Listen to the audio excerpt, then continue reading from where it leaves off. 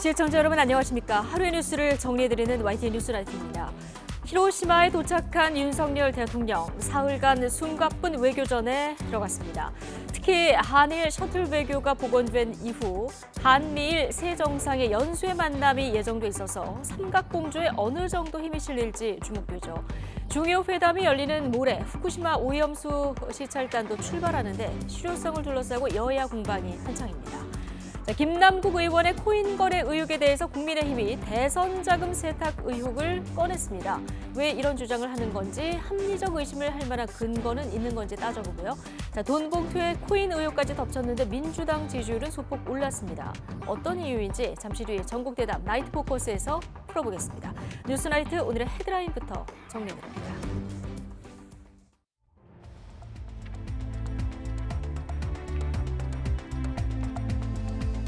5월 19일 금요일 뉴스나이트 주요 뉴스입니다. 윤석열 대통령이 주요 7개국 G7 참석을 위해서 일본 히로시마에 도착해 연쇄 회담으로 다자 외교를 시작했습니다. 오늘 저녁에는 우리 정상으로는 처음으로 히로시마 원폭 피해 동포들과 면담을 했습니다. 후쿠시마 오염수 시찰단이 오는 21일부터 5박 6일간 현지를 방문합니다. 방사능 정화 설비 등 처리 시설 전반을 살펴볼 예정입니다. 무소속 이성만 의원이 전당대회 돈봉투 의혹과 관련해서 현역 의원 가운데 처음으로 검찰에 소환돼 아침부터 조사를 받고 있습니다. 이 의원과 함께 피의자로 입건된 윤관석 의원 소환 일정도 막바지 조율단계입니다. 경찰이 상습 마약 투약 혐의를 받는 배우 유아인 씨에 대해서 구속영장을 신청했습니다. 법원은 다음 주 초쯤 구속 전 피의자 신문을 열어 유 씨에 대한 구속 여부를 가립니다. 동거녀와 택시기사를 잇따라 숨지게 한 이기영이 1심에서 무기징역을 선고받았습니다. 유족은 사형을 선고해야 한다며 강하게 반발했는데 검찰은 판결문을 살펴본 뒤 항소 여부를 결정합니다. 간호사들이 대통령의 간호법 거부권 행사와 관련해서 서울 도심에서 대규모 집회를 열었습니다. 간호협회는 내년 4월 총선을 앞두고 총선 기획단을 출범시켰는데 사실상의 낙선 운동을 예고했습니다. 윤석열 대통령이 주요 7개국 G7 정상회의 참석차 2박 3일 일정으로 일본 히로시마를 찾았습니다. 윤 대통령은 호주, 베트남과 정상회담을 하며 연쇄회담에 돌입했는데요. 저녁에는 우리 정상 최초로 히로시마 원폭 피해 동포와도 만났습니다. 현지 취재기자 연결해보겠습니다. 박석영 기자. 네, 일본 히로시마입니다. 네, 윤석열 대통령 호주, 베트남 정상과 만남을 시작으로 G7 정상회의 순방 일정을 본격 시작했다고요? 네, 우리 대통령이 G7에 온 건 역대 4번째고요. 오늘 낮 일본에 도착한 윤 대통령은 일요일까지 2박 3일 동안 히로시마에 머뭅니다.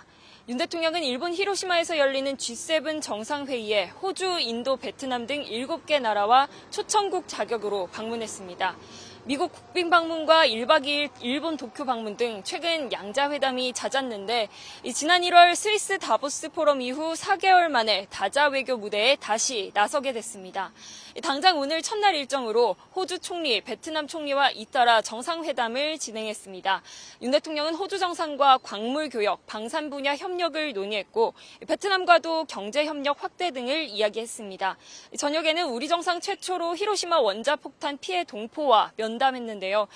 지난 1945년 히로시마 원폭 투하 당시 강제징용 등으로 현재에 있었던 한국인 2만여 명이 희생된 것으로 알려졌죠.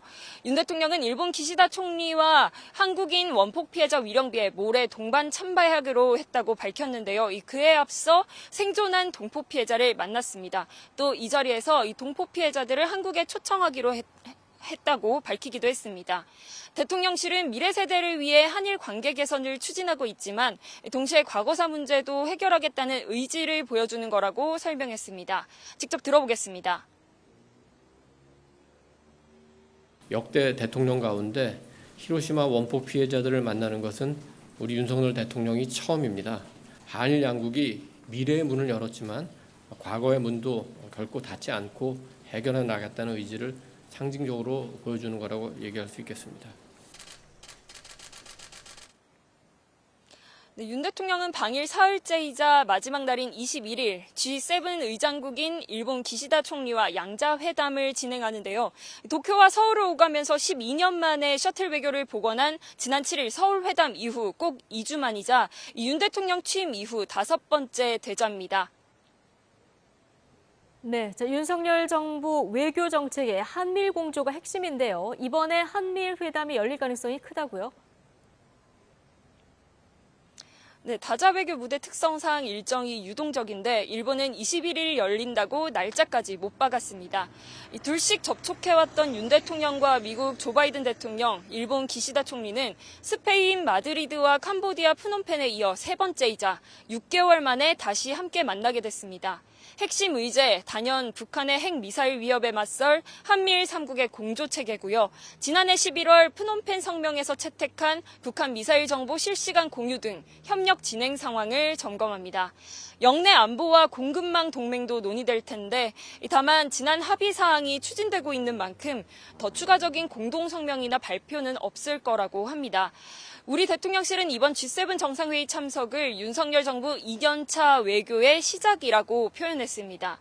국제 질서가 크게 변화하는 중요한 시기에 핵심 가치를 공유하는 파트너 국가들과 안보와 경제산업 등에서 연대를 공고히 하고 또 국익도 최대화하는 계기가 될 거라고 기대했습니다.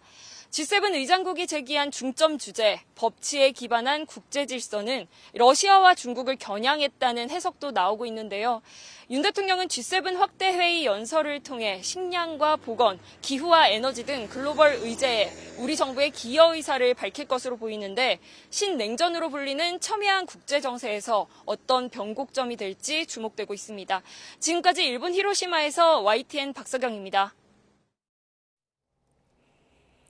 히로시마 G7에 참석한 정상들은 국제 질서 수호를 강조하면서 러시아 견제에 한 목소리를 냈습니다.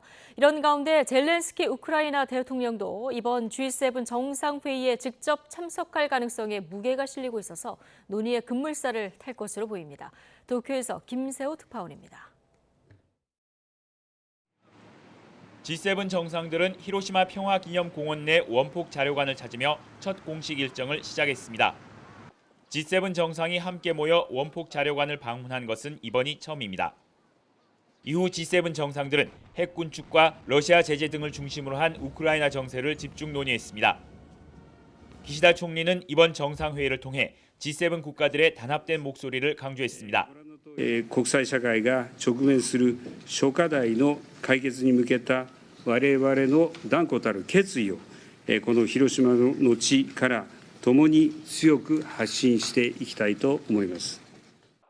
이런 가운데 애초 온라인으로 G7 정상회의 참석 예정이었던 볼로디미르 젤렌스키 우크라이나 대통령이 히로시마를 직접 방문할 가능성에 무게가 실리고 있습니다. 젤렌스키 대통령이 대면으로 참석하게 되면 서방 국가의 지원을 촉구할 것으로 보입니다. 다만 일본 정부는 공식 기자회견에서 젤렌스키 대통령은 온라인 참석이라며 기존 입장을 재확인했습니다. ゼレンスキー大統領は21日午前に新たに設けることとなった G7 首脳と同大統領によるウクライナセッションにオンラインで参加する予定であります。 이와 관련해 미 정부 고위 당국자는 러시아에서 취재진에게 모든 G7 국가가 러시아에 대한 새로운 제재와 수출 통제를 준비하고 있다고 밝혔습니다. 이 당국자에 따르면 러시아와 다른 국가 내 70개 기업이 미국 수출이 금지되고 개인과 기업 등에 대한 제재 300건이 부과될 전망입니다.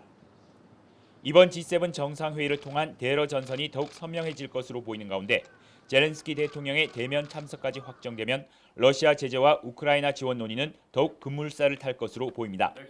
도쿄에서 YTN 김세호입니다. 일본이 해양 방류 방침을 밝힌 후쿠시마 원전 오염수의 안전성 검증을 위해 구성된 우리 정부 시찰단의 구체적인 일정이 확정됐습니다. 시찰단은 모레부터 5박 6일 일정으로 일본으로 건너가 방사능 정화 설비 등 오염수 처리 시설 전반을 살필 예정입니다. 김경수 기자입니다. 우리 정부의 후쿠시마 원전 시찰단은 한국원자력안전기술원 소속 전문가 등 모두 21명이 참여합니다. 방문 일정은 오는 21일부터 5박 6일간으로 입출국일을 제외한 실제 시찰 기간은 나흘입니다. 이번 시찰 활동을 통해 일본의 오염수 정화 및 방류 시설 전반의 운영 상황과 방사성 물질 분석 역량 등을 직접 확인하고 민간 전문가는 시찰단에 포함되지 않았는데 정부는 일본 측이 안전상 문제 등을 고려해 받아들이지 않았다고 설명했습니다. 대신 민간 전문가가 포함된 별도 자문단을 만들어 현장 점검 내용을 공유하고 조언도 구하기로 했습니다. 시찰단은 원전 오염수가 처리되고 바다로 나가는 과정 전반을 들여다볼 계획인데 특히 알프스로 불리는 방사능 물질 정화 설비가 핵심입니다. 방사성 물질을 정화하는 설비인 다핵종 제거 설비, 알프스라고 얘기를 합니다. 이 알프스 설비 그리고 해양 방출 설비의 설치 상태 그리고 성능 점검 결과 등을 집중적으로 확인을 하고 다만 정부는 이미 원전 오염수 시료와 후쿠시마 바닷물 시료를 확보한 만큼 이번에 시찰단이 추가로 시료를 채취하진 않는다고 밝혔습니다. 또 일본 측이 우리 측 요청을 대부분 수용해 시찰 기간이 기존보다 늘어났다며 현장 시찰에서 문제가 확인되면 시정되도록 노력할 거라고 덧붙였습니다. 시찰단은 향후 점검 결과도 투명하게 공개하겠다는 방침인데 국민 우려를 해소할 만큼의 결과물을 내놓을 수 있을지 관심이 집중되고 있습니다. YTN 김경수입니다. 윤석열 대통령 방일과 후쿠시마 오염수 시찰단 방문을 앞두고 여야가 대국민 여론전에 공을 들이고 있습니다. 여당은 오염수의 위험성이 과장됐다고 주장한 해외 방사선 전문가를 불러 간담회를 열었고 이에 더불어민주당은 정부 여당이 일본 대변인 역할을 하고 있다며 철저한 검증을 촉구했습니다. 이준엽 기자입니다. 국민의힘이 방사선 분야 전문가인 웨이드 앨리슨 영국 옥스퍼드대 명예교수를 국회로 초청했습니다. 최근 희석되지 않은 후쿠시마 물 1리터가 있다면 바로 마시겠다고 말해 논란을 일으켰는데 이에 괴담에는 과학이 특효약이라며 구체적인 근거를 듣기 위한 간담회를 마련한 겁니다. 과학적으로 또 객관적으로 검증을 해서 국민들을 안심시키고 국민의 건강을 지키겠다는 취지니까. 앨리슨 교수는 일본이 정화 처리를 한다는 것을 전제로 하면서도 위험한 방사선은 제거될 것이라며 기존 입장을 굽히지 않았습니다. They will be the same for Fukushima fisheries as they are here and same elsewhere in the world when it washes around. 국민의힘도 정화 처리된 방류수는 위험도가 크지 않고 후쿠시마 수산물도 수입하지 않는데 야당이 불안감을 조장하고 있다고 방어에 나섰습니다. 지금 현재 일본에서 들어오는 모든 수산물 다 방사능 검사를 하고 있습니다.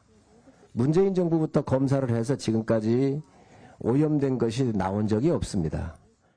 반면 더불어민주당은 안전성이 제대로 검증되지 않은 오염수 투기는 최악의 방사능 투기 테러라는 지적이 나온다며 맹공을 퍼부었습니다. 특히 식수로 마셔도 안전하다면 왜 바다에 갖다 버리겠느냐며 국민의힘이 일본 자민당도 아닌데 앨리슨 교수 주장에 왜 동조하는지 이해할 수 없다고 지적했습니다. 지금처럼 일본의 눈치만 살피면서 검증 신용만 하다가 우리 또한 오염수 테러, 방사능 테러의 공범이다라는 지적을 받지 않을까 걱정됩니다. 또 정부의 오염수 시찰단이 자칫 면죄부 도장만 찍어줄 것 같다면서 오염수 시료 채취는 시찰단 역할이 아니라고 한 한덕수 총리의 사퇴를 촉구했습니다. 오염수 방류에 항의하는 대신 일본 정부 이익을 대변하는 국무총리도 사퇴하십시오. 그것이 대한민국의 국익에 부합됩니다. 민주당은 주말 오염수 해양 투기 저지 집회 장외 투쟁에도 적극 나설 방침입니다. 윤석열 대통령 방일과 다음 주 본격화할 후쿠시마 오염수 시찰단 활동은 일본 오염수를 둘러싼 정치권 공방을 더욱 가열시킬 것으로 보입니다. YTN 이준엽입니다. 중국은 G7을 의식한 듯 중앙아시아 5개국을 초청해서 황제 의전을 베풀었습니다. 중국은 G7을 배타적 파벌이라고 욕하면서도 거울처럼 똑같이 세력을 결집하는 총력 외교전을 펼쳤습니다. 베이징에서 강정규 특파원이 전해드리겠습니다. 중국 시진핑 주석이 중앙아시아 스탄 5개국 정상을 실크로드의 출발점 시안으로 초청했습니다. 히로시마 G7 정상회의에 맞서 황제 의전을 베풀며 5조 원에 달하는 통큰 선물도 약속했습니다. 中方将向中亚国家提供总额260亿元人民币的融资支持和无偿援助。 스탄 5국은 타이완 통일 등 중국의 핵심 이익을 지지한다고 입을 모으며 화답했습니다. 支持中方在台湾、涉疆、涉港等核心利益问题上的立场坚定不移。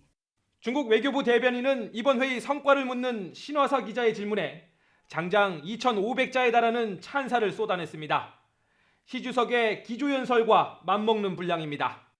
任何人都无权在中亚制造不和对立，更不应该从中谋取政治私利。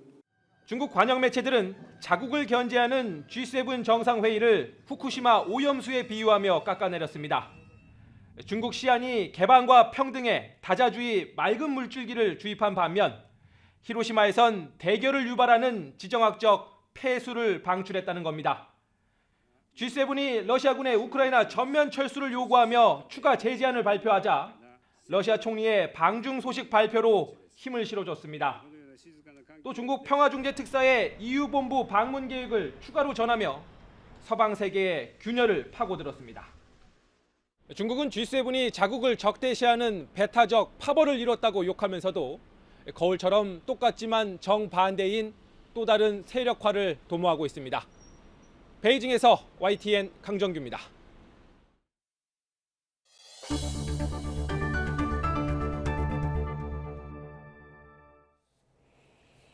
더불어민주당 전당대회 돈봉투 의혹을 수사하는 검찰이 현역 국회의원으로는 처음으로 이성만 의원을 소환했습니다. 이 의원은 돈을 전달한 적이 없다면서 결백을 주장하면서 검찰 수사를 비판했습니다. 송재인 기자입니다. 전당대회 돈봉투 의혹으로 민주당을 탈당한 이성만 의원의 검찰 공개 출석 현장에는 동료 의원들이 아닌 지지자들이 함께했습니다. 입장문을 준비해온 이 의원은 당당하게 자신의 결백을 밝히겠다며 금품 살포에 관여한 혐의를 전면 부인했습니다. 저는 돈 준 사실이 없습니다. 전달한 사실이 없어요. 이어 자신의 혐의와 관련한 녹음 파일이 앞서 줄줄이 공개된 데 의심의 시선을 보내며 검찰을 향한 날선 비판을 쏟아냈습니다. 확정되지 않은 피의 사실을 불법적으로 유출하고 의혹을 부풀려서 여론 재판으로 단죄하려는 시도에 대해서는 단호하게 맞서도록 하겠습니다. 이 의원은 이정근 전 민주당 사무부총장과의 대화에서 금품 전달을 언급하는 듯한 발언이 담긴 녹음 파일과 돈 내가 내일 주면 안 돼? 내일 오전 10시에 갈 테니까. 전당대회 다음 날 이 전 부총장이 이 의원에게 수금 전달하느라 고생했다고 말하는 녹음 파일은 애초 2달이나 간격이 있는데 돈봉투 살포라는 한 사건과 관련한 것처럼 편집됐다고 주장했습니다. 하지만 검찰은 이 녹음 파일들과 압수수색 자료를 바탕으로 이 의원이 지역 본부장들에게 전달할 1,000만 원을 마련하고 900만 원을 뿌리는 데 공모했다고 보고 있습니다. 이에 따라 검찰은 조사에서 이 의원이 관여한 금품 조달 경위와 전달 경로, 대상자 등을 추궁한 것으로 알려졌습니다. 앞서 공개된 녹음 파일에는 송 있을 때 같이 얘기했다는 이 의원의 발언도 등장하는 만큼 송영길 전 대표 관여 여부도 캐물은 것으로 전해졌습니다. 검찰이 특정 작업이 상당 부분 진행됐다고 밝힌 수수 의혹 현역 의원들도 조사 과정에서 거론됐을 가능성이 큽니다. 이 의원과 함께 피의자로 입건된 윤관석 의원 소환 조사 일정도 막바지 조율 단계에 들어섰습니다. 이르면 다음 주 초로 전망되는데 이후에는 검찰이 돈봉투 수수자로 특정한 민주당 의원들이 잇따라 소환될 전망입니다. YTN 송재인입니다. 사업가로부터 뇌물을 받은 혐의로 기소된 노웅래 더불어민주당 의원의 첫 재판이 열렸습니다. 재판에 출석한 노 의원은 자신은 뇌물을 받은 적이 없다면서 조작된 녹취를 근거로 한 검찰의 악의적인 왜곡이라고 주장했습니다. 최민기 기자입니다.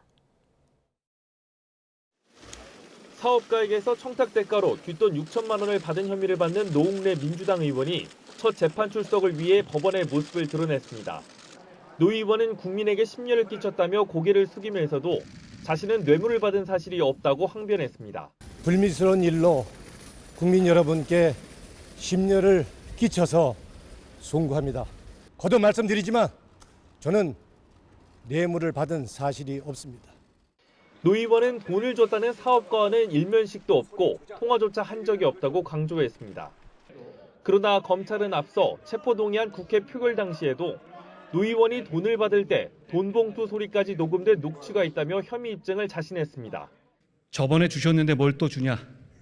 저번에 그거 제가 잘 쓰고 있는데 라고 말하는 노웅래 의원의 목소리, 돈봉투 부스럭거리는 소리까지도 그대로 녹음되어 있습니다. 이를 두고 노 의원은 거듭 현장 녹취가 조작된 것이라고 반박했습니다. 정치검찰은 부정한 돈 받으면서 돈 세서 받습니까? 이건 악의적인, 고의적인 왜곡입니다. 첫 정식 재판에서도 노 의원 측은 사선 의원으로서 오랜 정치 생명을 끊어버릴 수 있는 잘못된 선택을 했다기엔 이번 사건은 석연치 않은 부분이 많다며 억울함을 호소했습니다. 반면 검찰은 노 의원이 지난 2019년 친목 모임에서 사업가 박모 씨의 아내 조모 씨와 친분을 쌓았고 그 뒤 사업 도움 등을 명목으로 조 씨를 통해 여러 차례 돈을 받은 것이라고 설명했습니다. 뇌물을 건넨 혐의를 받는 박 씨도 재판에 나왔어야 했지만 일정을 착각했다며 출석하지 않았습니다. 재판부는 증거 검토가 더 필요하다는 노 의원 측 요청에 따라 공판 준비 절차를 더 갖기로 하고 다음 달 9일 다음 재판을 진행할 예정입니다. YTN 최민기입니다. 국민의힘은 김남국 의원의 거액 가상자산 보유 논란과 관련해 지난 대선 때 자금 세탁 시도 의혹까지 제기하며 코인 게이트라고 강공을 이어갔습니다. 더불어민주당 이재명 대표는 이해 충돌 의혹이 제기된 국민의힘 조명희 의원을 거론하면서 국면 전환을 시도했는데 김 의원 논란을 보는 당내 상황은 복잡해 보입니다. 정현우 기자입니다. 김남국 의원 가상자산 논란을 들여다보는 국민의힘 진상조사단이 경기도 성남시 위메이드 본사를 찾았습니다. 김 의원이 거액을 보유했던 위믹스 코인을 발행한 게임 업체입니다. 김 의원에게 코인을 무상으로 줬는지, 업체 측이 게임으로 돈을 버는 이른바 P2E 합법화를 위한 입법 로비를 했는지 등을 추궁했는데 위메이드 측은 대부분 부인했습니다. 김남국 의원의 위믹스가 발견이 됩니다. 그리고 언제부터 가지고 있었는지를 발견한 건 22년 1월에 이제 40만 개가 발견이 되는데 움직이기 전이니까. 김남국 의원의 위믹스에 대해서 보고를 받으신 적이 있습니까? 전혀 모르고요. 의원님 잘 아시겠지만 이 사회에 보고되는 정보만 알 수 있는 거지. 당 차원에서도 김 의원 논란을 민주당 코인 게이트로 규정하고 공세 강도를 높였습니다. 특히 지난해 대선 당시 이재명 후보를 지원하기 위한 자금 세탁을 시도했다는 새로운 의혹으로 전선을 넓히면서 김 의원 거취와 민주당의 윤리특위 징계 협조를 동시에 압박했습니다. 시기적으로 보면 그런 의심을 할 수 있는 소지가 충분히 있죠. 통상적인 투자일까 아니면 자금 세탁의 의심이 있는 것 아닐까. 민주당은 여당 소속인 조명희 의원 이해충돌 의혹으로 맞불을 놨습니다. 가족회사가 정부 용역을 따내고 다른 의원에게 부탁해 관련 예산을 증액했다는 의혹과 관련해서도 예외가 없어야 한다며 역공에 나선 겁니다. 직무를 이용해서 사적 이익을 도모한 게 사실이라면 엄정하게 책임을 물어야 된다는 점은 예외가 있을 수 없겠다는 생각이 듭니다. 조명희 의원 건에 대해서도 관심이 필요하지 않을까 싶습니다. 당내 혼란도 여전합니다. 일부 친 이재명계 의원들 사이에서 코인 투자 자체를 비도덕적이라고 할 수 있느냐고 김 의원을 두둔하는 주장이 나오는가 하면 확인되지 않은 그런 사실들로 인해서 굉장히 마녀 사냥하듯이 여론 재판이 막 이루어졌거든요. 제대로 된 그런 의혹에 대해서 조사하지 않은 상태로 탈당이 이루어지고 김 의원에게 자숙과 수사 협조를 조언하면서 당의 재발 방지 대책 마련을 촉구하는 목소리도 끊이지 않고 있습니다. 김남국 의원의 탈당 그리고 여야의 윤리특위 징계 요구 이후로도 새로운 의혹 제기가 잇따르고 있는 만큼 여당의 파상 공세는 쉽게 가라앉지 않을 전망입니다. YTN 정현우입니다. 김남국 의원이 매매한 가상화폐는 알려진 것만 40개가 넘습니다. 그중에서 클레이페이라는 신생 코인에도 30억 원 넘게 투자를 했다가 원금 대부분을 잃게 된 것을 두고도 이해할 수 없는 투자라는 지적이 나오고 있는데요. 김 의원 본인은 투자 실패였다고 말한 것으로 전해지는데 자금 세탁 의혹까지 제기되고 있습니다. 부장원 기자입니다. 지난해 2월 16일 새벽 김남국 의원의 가상자산 지갑에서 수십억대 거래가 이뤄졌습니다. 위믹스 코인 51만 개, 33억 원어치를 클레이페이라는 신생 코인으로 바꾼 겁니다. 한 번에 전체 유통량의 10% 가까이 사들이자 시세는 2배로 뛰었습니다. 하지만 이후 가격은 폭락을 거듭했고 지금은 거래가 안 되는 수준입니다. 결과적으로 이 거래 때문에 30억 원대 손실을 본 겁니다. 김 의원은 탈당 전 민주당 조사단에 단순한 투자 실패였다고 주장한 거로 파악됐습니다. 하지만 믿을만해서 투자했다던 위믹스를 버리고. 근데 왜 하필 위믹스입니까? 가상화폐가 발행하는 회사가 되게 실체가 없거나 페이퍼 회사인 경우가 많습니다. 그런데 위믹스 같은 경우에는 상장사인 그 아주 대형 회사인 위메이드가 발행한 코인이었기 때문에 출시 한 달도 안 된 코인에 30억 넘게 투자한 배경이 석연치 않다는 지적이 나옵니다. 특히 거래 과정에서 이른바 슬리피지로 불리는 비용 손실을 봤는데 이것만 무려 15억 원 규모. 투자금 절반 가까이 손해를 보면서까지 클레이페이를 사들인 겁니다. 너무 큰 손해를 본 거래라 잘못된 사전 정보 취득이 있었거나 자금 세탁에 활용된 것 아니냐는 의혹까지 제기됐습니다. 국민의힘 하태경 의원은 코인판에 자금 세탁을 전문으로 하는 주가 조작 세력이 많이 들어왔고 클레이페이가 그중 하나라는 제보를 받았다고 주장했습니다. 겉으로는 투자 실패로 보여도 그만큼의 현금을 보전받았을 거란 얘긴데 믿을 만한 근거는 제시되지 않았습니다. 해당 코인은 개발사가 출시 2달 뒤 자취를 감췄고 남은 건 달랑 홈페이지뿐이어서 투자 배경을 확인하는 것도 쉽지 않습니다. 클레이페이 토큰은 조금만 봐도 이거는 그냥 사기에 가까운 프로젝트라고 보거든요. 만약에 자금 세탁의 의도가 없었다면 이거는 아무래도 미공개 정보를 받았는데 그게 좀 가짜 정보를 받아서 오히려 작전당한 게 아닌가. 김남국 의원의 설명을 듣기 위해 전화와 문자, 텔레그램을 통해 수차례 연락했지만 답변을 들을 수 없었습니다. YTN 부장원입니다. 동거녀와 택시기사를 잇따라 살해한 혐의로 재판에 넘겨진 이기영에게 1심 법원이 무기징역을 선고했습니다. 재판부는 사회에서 격리가 필요할 만큼 잔혹한 범죄를 저질렀다며 양형 이유를 설명했습니다. 유족들은 사형을 선고해야 한다고 반발했습니다. 임혜진 기자입니다. 이기영은 지난해 8월 함께 살던 여성을 그리고 12월에는 택시기사를 연이어 살해했습니다. 음주운전 사고 피해자인 택시기사를 집으로 데려가 둔기로 때려 숨지게 한 뒤 시신을 옷장에 숨겼고 당시 만나던 여자친구의 신고로 덜미가 잡혔습니다. 경찰 수사 과정에서 앞서 같이 살던 여성을 살해해 시신을 인근 하천에 유기하고 피해자 카드로 8천여만 원을 탕진한 사실도 추가로 드러났습니다. 유족분들과 피해자분들께 죄송합니다. 어떤 부분이 죄송한 겁니까? 제 살해 행각이 죄송하다고 말씀드립니다.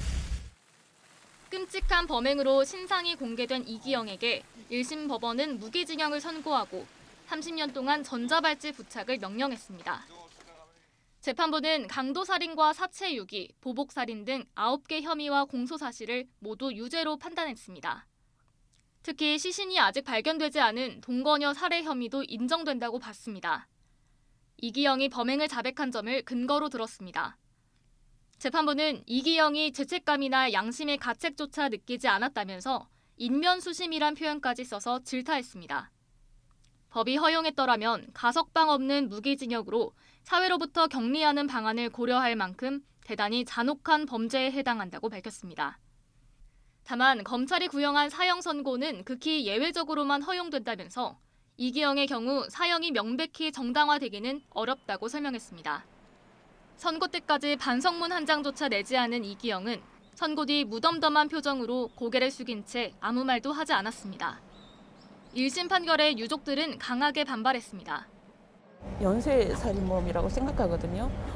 그 인간 세상에서 생활할 수 없는 그 너무 많은 피해를 끼치는 사람들은 당연히 사형이 있어야 된다고 봐요. 유족 측은 검찰에 항소를 요청하겠다는 입장입니다. YTN 임혜진입니다. 상습 마약 투약 혐의를 받는 배우 유아인 씨에 대해서 경찰이 구속영장을 신청했습니다. 서울경찰청 마약범죄수사대는 마약류 관리법 위반 혐의로 오늘 유아인 씨에 대한 구속영장을 신청했습니다. 유 씨는 프로포폴과 대마, 코카인, 케타민, 졸피뎀 등 5종류의 마약류를 투약한 혐의를 받고 있습니다. 간호법 거부권 행사에 반발한 간호사들이 서울 도심에서 대규모 규탄 집회를 열었습니다. 간호협회는 간호법에 대해서 가짜 뉴스를 퍼뜨린 정치인들을 표로 심판하겠다며 총선 기획단을 출범하고 강도 높은 투쟁을 예고했습니다. 기정훈 기자입니다. 서울 광화문 일대가 연차 투쟁으로 모인 간호사와 간호대학생들로 가득 찼습니다. 연차를 내고 전국에서 모인 간호사들은 간호법 제정 필요성을 한 목소리로 호소했습니다. 국민보건의료 서비스 차원에서도 간호법은 반드시 통과되어야 된다고 저는 생각해서 퇴직을 앞둔 간호사로서 간호사의 업무를 딱 정해서 간호사와 임상병리사 또는 의사의 역할을 분명히 나누어야 한다고 생각해서 현 의료법에 있는 내용을 따로 분리를 해서 이제 간호사분들이 법 테두리 안에서 안전하게 일을 할 수 있도록 그러면서 거부권 행사에 앞장선 정부와 여당에 대한 규탄 목소리를 높였습니다. 집회에서는 이들을 표로 심판하겠다며 총선 기획단도 출범시켰습니다. 간호법을 악법으로 몰아 대통령 거부권에 이르게 한 부패 정치인과 관료들을 반드시 심판할 것입니다. 또 금고 이상 형을 선고받은 의료인 면허를 취소하는 의료법 개정안도 재검토한다는 복지부를 강하게 질타했습니다. 이 법은 다른 전문 직역에도 동일하게 적용되는데 왜 의사에게만 가도하다고 하는 겁니까? 보건복지부입니까? 의사복지부입니까? 사흘째 이어간 준법 투쟁은 큰 진료 차질로 이어지진 않았지만 의료법상 간호사 업무가 아닌 행위에 대한 불법 신고는 빗발쳤습니다. 간호협회가 자체 운영하는 불법 진료 신고센터는 접수 폭주로 서버가 다운되기도 했습니다. 면허증 반납 운동도 진행하고 있는 간호협회는 연차 투쟁으로 단체 행동을 이어갈 계획입니다. 복지부는 장관 주재로 긴급 상황 점검 회의를 열고 상황을 주시하는 한편 병원단체 대표들을 만나 의료 공백이 생기지 않도록 해달라고 당부했습니다. YTN 기정훈입니다.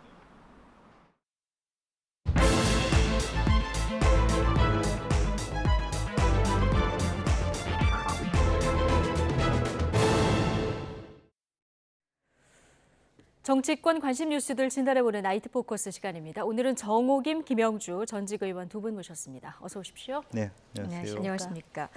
윤석열 대통령 주요 7개국 G7 정상회의 참석을 위해서 오늘 일본 히로시마로 출국했습니다. 모레 한일 연수회 정상회담을 포함해서 숨가쁜 외교전이 예정돼 있는데요. 영상으로 먼저 보고 오시겠습니다.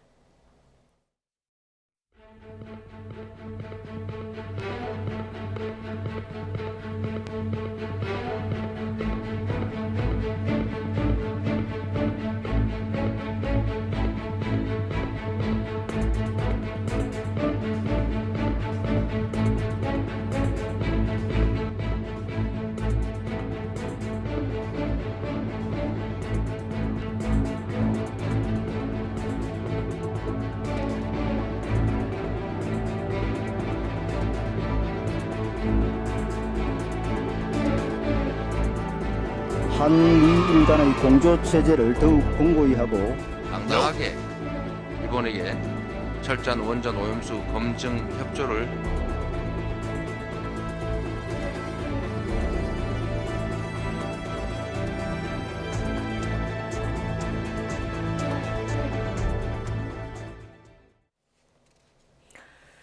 네, 자 윤석열 대통령 G7 초청국 정상 자격으로 참석을 하는 겁니다. 윤석열 대통령 이번 G7 정상회의 참석 여러모로 좀 의미가 크죠? 네, 특히 여러 종류의 다자 회담이 있는데 G7이라 하면은 글로벌 국제 정치에서 경제적으로 군사적으로 가장 영향력이 있는 7개 국가 서방 모이는 그런 회담 아니겠습니까? 네. 근데 여기 초청국 자격으로 확대 정상회의에 참여한다라는 것이 굉장히 큰 의미가 있고요.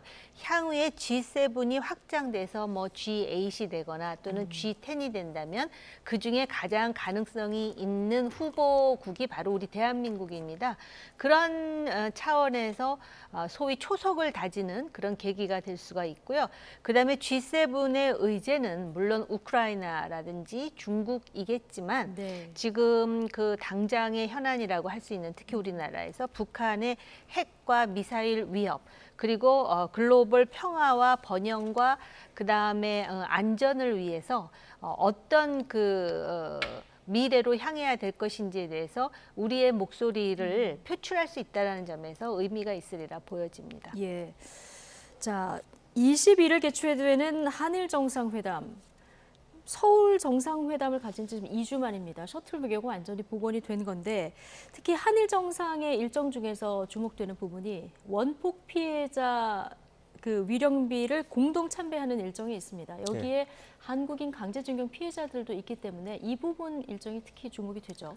글쎄요, 이게 뭐 믿기지 않을 정도로 최초의 일이다 그렇게 얘기를 하니까요. 한일 정상이 함께 가고 또 한국 대통령이 일본에 있거나 또 뭐 일본에 계신 한국인 피해자들을 만나는 일도 그동안에 사실은 만날 일이 없어서가 아니라 사실은 그런 부분에 대해서 만남 동안 뭐 통해서 우리가 피해 보상의 문제라든지 예산의 문제라든지 그런 부분들이 많이 있을 수 있기 때문에 아마 좀 더 원활하게 더 일찍 만나지 못했던 부분도 예. 있었다. 그렇게 본다라면 뭐 만시지탄이지만 이렇게라도 만날 수 있고 화해할 수 있고 그렇게 된 것은 의미가 있다. 저는 그렇게 보여집니다. 예. 자, 윤석열 대통령 조금 전 한국의 원폭 피해자들도 만났는데요. 지금 녹취를 쓸 수 있습니까? 예. 자, 그러면 대통령 발언을 듣고 이야기 이어가겠습니다.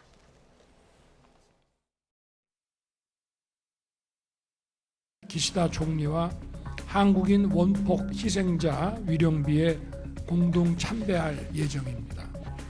한일 양국 정상이 함께 위령비를 찾는 것은 사상 최초이고 사실 한국 대통령으로서도 이 위령비 참배가 처음입니다. 한국 대통령의 위령비 참배가 너무 늦었다고 생각이 됩니다.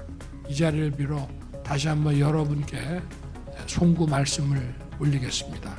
양국의 평화와 번영의 미래를 열어갈 것을 함께 다짐하는 그런 자리가 될 것입니다. 자, 우리 대통령이 원폭 피해자를 만난 게 이번이 처음이라면서요. 네. 사실은 이제 1965년에 한일 국교 정상화가 이루어졌을 때 소위 남겨도 있던 의제가 바로 위안부 그리고 원폭 피해자 그리고 사할린 강제 징용 피해자들이었거든요. 네. 어떻게 보면은 이 이슈도 상당히 뜨거운 이슈입니다. 그런데 아마 정부로서는 지난번 기시다 총리가 한국을 방문해가지고 한 반보 정도는 소위 빈잔에 예. 그 반잔을 우리가 채운 것에 4분의 1잔 정도는 채웠지만 사실 우리가 만족할 만한 그런 사과를 하지 않았습니다. 네. 그런데 이번에 이 원폭 피해자들을 방문할 뿐만 아니라 또 같이 그 위령비를 또 방문하게 돼 있지 않습니까? 그런데 원폭 피해자들의 대다수가 바로 강제징용 피해자였습니다. 그렇기 때문에 한국 정부로서는 거기 기시다와 같이 감으로써 결국 일본 정부가 원폭 피해자에 대한 그런 소위 위로뿐만이 아니라 강제징용 피해자들에 대한 사과를 거기에 함축하고 있다라는 상징성을 강조한다는 측면이 있습니다. 직접 사과는 아니지만 어떤 위로의 의미를 함축하고 그렇습니다. 있다. 사실은 지금 그 히로시마, 나가사키에 원폭이 투하됐을 때 뭐 히로시마에 14만 명의 피해자가 있고 나가사키에 7만 명의 피해자가 있었다는데 사실 거기 강제로 징용을 가가지고 한인들이 사람들이 몇만 명이나 피해를 당한, 그런데 그 자체가 그렇게 부각되지 못했습니다. 그나마 이제 일본에 있는 소위 그 민단의 원폭 피해자들, 즉 제1동포들은 어찌됐든 일본 정부에 의해서 몇 차례의 과정을 통해서 여러 가지 이제 그 소위 복지 혜택을 받았지만 지금 제한 원폭 피해자들이 있습니다. 물론 일본이 그 과정에서 200 몇십억의 그런 그 예산을 한국에 보낸 그런 바도 있었지만은 실제로 지금 그 제1 원폭 피해자들은 거의 돌아가셨을 겁니다. 그리고 이제 바로 그 2세들, 1세는 그렇고 2세들이 남아 있는데, 그런 차원에서 한국 정부가 윤석열 대통령이 처음으로 원폭 피해자들을 만났고, 그 다음에 또 그 추모를 하고 이런 일련의 과정을 통해서 바로 그러한 강제징용 피해자가 원폭 피해도 받았다라는 것을 부각시킨다는 거에 정부의 방점이 있고요. 일본은 왜 그러면 같이 동참하느냐? 일본이 피해자라는 것을 또 강조하기 위함입니다. 왜냐하면 원폭 투하는 미국이 하지 않았습니까? 그렇기 때문에 지금 일본의 우파들은 미국이 가해자라는 점을 부각시키면서 일본 내에서 상당히 그 논란이 되고 있다 그러는데, 일본의 속셈은 뭐냐면은 이렇게 일본은 평화를 추구하고 핵 없는 지구촌을 추구하는데 역할을 할 것이다. 그러면서 뒤로는 일본의 방위비를 올린다든지 또 일본의 국방력을 강화하면서 정상 국가로의 또 발걸음을 하고 있잖아요. 그러니까 방위비를 늘려가지고 세계 제3위의 그런 어떤 그 국방력을 갖춘 국가로 자리매김하면서 그런 것에 대한 주변국 또는 다른 나라들의 의구심을 이런 식으로 지금 희석시키려 하는 게 아닌가, 그런 생각을 하게 됩니다. 예. 윤석열 대통령 원폭 피해자들을 만나서 오랜만에 고국에 와서 발전된 모습도 한번 보시라, 초대를 하겠다 이런 얘기도 했는데요. 네. 어쨌든 대일 외교를 풀어가는 윤석열 대통령의 어떤 외교 방식 어떻게 평가하십니까? 그래서 이제 처음에 시작할 때는 우리가 너무 일방적으로 앞서서 많이 열어주는 거 아닌가, 그렇게 생각했고, 그래도 이번에 기시다 총리가 와서 현충원 방문을 하면서 나름대로 성의 있는, 뭐 다 흡족하다고까지는 말할 수 없지만 그래도 윤석열 대통령의 체면을 좀 세워준 그런 것들이 있고, 그 이어서 바로 이와 같은 원폭 피해자를 같이 만나는 그런 성의 있는 한일 관계를 같이 풀겠다는 의지를 같이 표명해 줌으로써 결과적으로 우리 대통령도 조금 더 어깨를 펴고 어떤 한일 외교, 한미 외교에 더 진일보할 수 있는 계기를 만들었다, 그렇게 볼 수 있고, 이제는 우리 젊은 세대도 그렇게 느끼고 있습니다만은 우선 일본과 한국의 어떤 그 국력 차이가 그렇게 나지 않는다. 대등한 관계에서 우리도 자신 있게 그동안의 과거사의 문제도 그렇고 현재 생존해 계신 분들에 대해서, 과거에는 솔직히 이게 태평양 지역 피해자에 대해서 우리 국회에 있을 때마다 많은 얘기를 들었습니다만 이게 예산 관련된 문제라서 그분들의 원한을 제대로 국회가, 한국이 또 우리나라 재정이 받아줄 수 없는 어려움이 있었습니다. 지금도 어려움은 있습니다만 그래도 우리나라가 이제는 조금 더 그런 분들의 목소리, 또 생존해 계신 분들도 많지 않기 때문에 하나하나 정말 어떤 그 원한들을 좀 풀어가는 우리 스스로의 어떤 주도적인 그런 대응들이 필요할 때라고 보여집니다. 예. 자, 이번 일정의 하이라이트는 일요일에 몰려 있습니다. 한일 회담 그리고 한미일 회담도 앞서 보니까 거의 확정적인 것 같은데요. 특히 지금 한일 간의 셔틀 외교가 복원됐잖아요. 그 이후에 지금 한미일 새 정상이 만나는 건데 윤석열 정부의 외교의 어떻게 보면 방향이 이 한미일 간의 공조, 여기에 핵심을 두고 있지 않습니까? 네, 특히 안보 공조를 어느 선까지 할 것인가. 근데 참 흥미로운 게 한미 정상회담에서 소위 NCG라고 하는 핵협의 그룹이라고 하는 그 양자 간의 소위 나토에 버금가는 핵 공유는 아니지만 결국은 그 미국의 그 핵 억지와 관련해서 긴밀히 협의하는 그 기구를 이제 정착을 시켰고, 요번에 한미일 3자 회담을 하면은 저는 개인적으로요, 여기 일본이 같이 참여함으로써 이게 트라이래터럴이 되면 자연스럽게 일본이 뭐 핵 없는 평화를 겉으로는 주창하지만 결국은 이 NCG 속에 일본이 포함되는 게 아닌가, 이런 우려가 좀 있었거든요. 근데 지금 표면적으로는 어떠냐면 한국은 적극적으로 일본이 북한의 핵을 위협을 억제하기 위해서 일본이 참여를 독려하는 쪽으로, 그리고 일본은 오히려 자신들의 비핵 원칙을 고수하기 위해서 이 부분에 대해서 별로 그렇게 관심이 없는 것 같은 외양을 보이고 있다라는 게 좀 흥미롭습니다. 그런데 당장 북한의 핵은 미사일과 지금 떨어질래야 떨어질 수 없는 관계고, 미사일 위협, 특히 핵을 탑재한 미사일 위협에 대해서 억제하고 적절히 대응하기 위해서 3자 간의 어떤 긴밀한 그런 어떤 그 소위 조율을 할 것인가를 위해서 이번에 한미일 정상회담을 우리가 보는 것인데, 그런 점이 조금 우리가 봐야 될 관전 포인트일 것이고요. 사실은 아까도 제가 G8 얘기를 했지만 결국 이렇게 한국이 적극적으로 국제사회의 어떤 평화와 번영과 이런 것에 대해서 적극적인 역할을 도모하고, 또 한미 간의 관계가 얼마나 돈독합니까? 그런데 이 G8과 관련해 갖고 미국에서 나오는 입장이 한국의 G8 참여에 대해서 오히려 미국이 뜨뜻미지근한 반응을 지금 보이고 있단 말이죠. 근데 사실은 이런 다자회담이라든지 정상이 가서 외교를 할 때는 뭔가 실리적으로 확보하는 게 있어야 되거든요. 저는 그런 차원에서 윤석열 대통령이 보따리에 무엇을 담아가지고 올지 지금 보고 있습니다. 네. 김영주 전 의원께서는 보따리에 뭘 담아올 것 같습니까? 글쎄요, 여러 가지 생각보다는 보따리가 선물보다는 굉장히 짐을 많이 지고 오지 않을겠나. 결국에는 G8이 됐든 어쨌든 G7의 초청 국가가 됐든 결과적으로는 G7이라는 나라들 중에 일본을 제외하고 캐나다 제외하고는 유럽이란 말이에요. 지금 미국이 대립하고 있는 것은 중국과 러시아입니다. 동북아 또 북한이라고 하는 새로운 변수가 있기 때문에 그것을 뭐 트럼프 때문에 그러는 것도 있지만은 아프간 철군 이후에 전 세계를 다 지휘하기에는 힘이 부족한데, 일본과 한국이 그동안에 싸움하는 모습 때문에 어려웠는데, 어렵사리 윤석열 대통령이 상당히 어떤 미일한 구조를 만들어 갔다.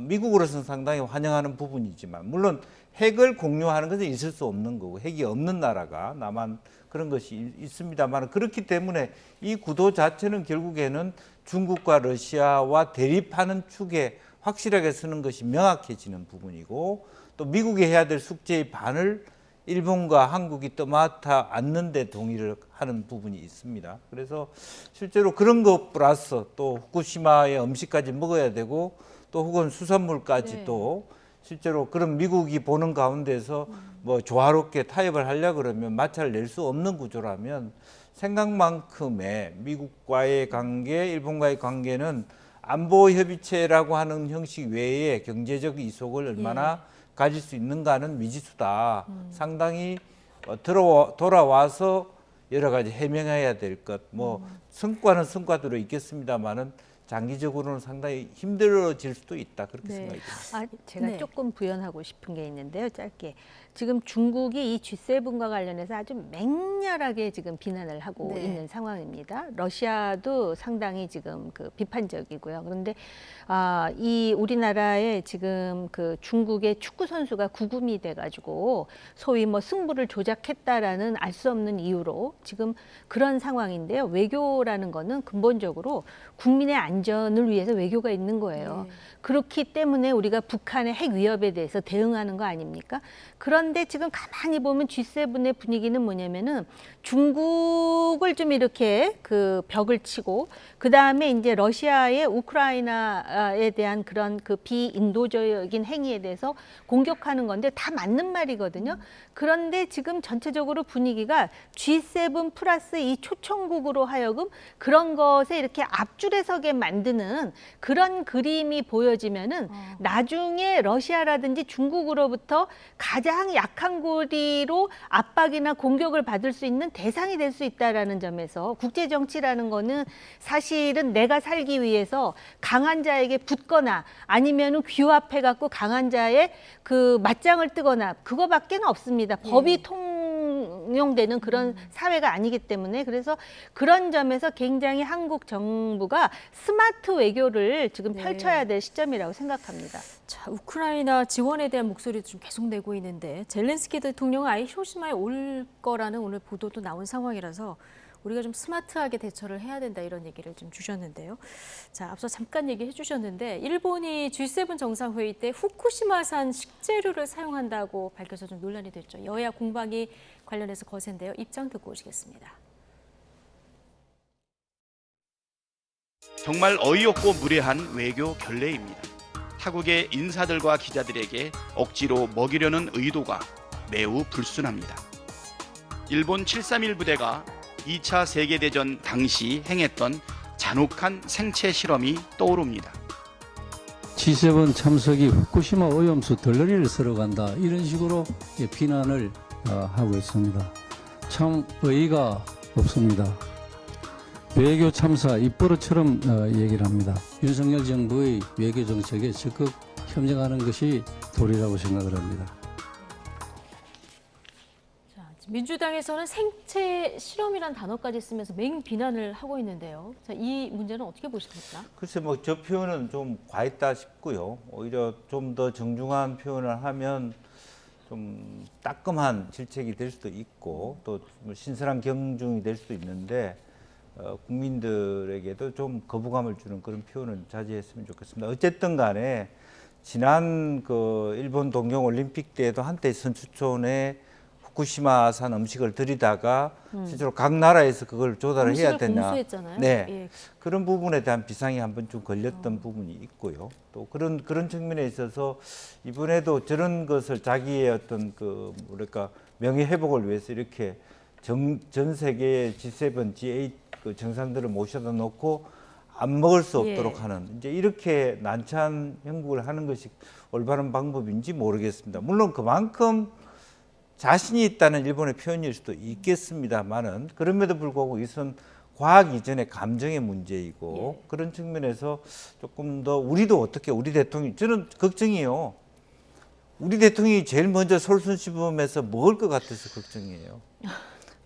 다른 정상들이 쭈삣쭈삣하고 있을 때 내가 제일 먼저 먹어보겠다고 맛있다고 먹을까 싶어서 걱정입니다. 그게 걱정이십니까? 네. 그런데다가 사실은 또 뭐 여당에서는 또 그 차 중에 뭐 옥스퍼드 대학 교수를 모셔다 두고 일본 정부도 하지 않는 그런 형태예요. 꼭 나는 그냥 바로 물을 먹겠다 이런 얘기를 함으로써 오히려 더 집중하게 되고 신경 쓰게 되는 그런 일들을 하고 있어서 일본이 과연 저러한 부분들이 과연 후쿠시마 부흥에 실제적으로 도움이 될까라고 하는 생각이고요.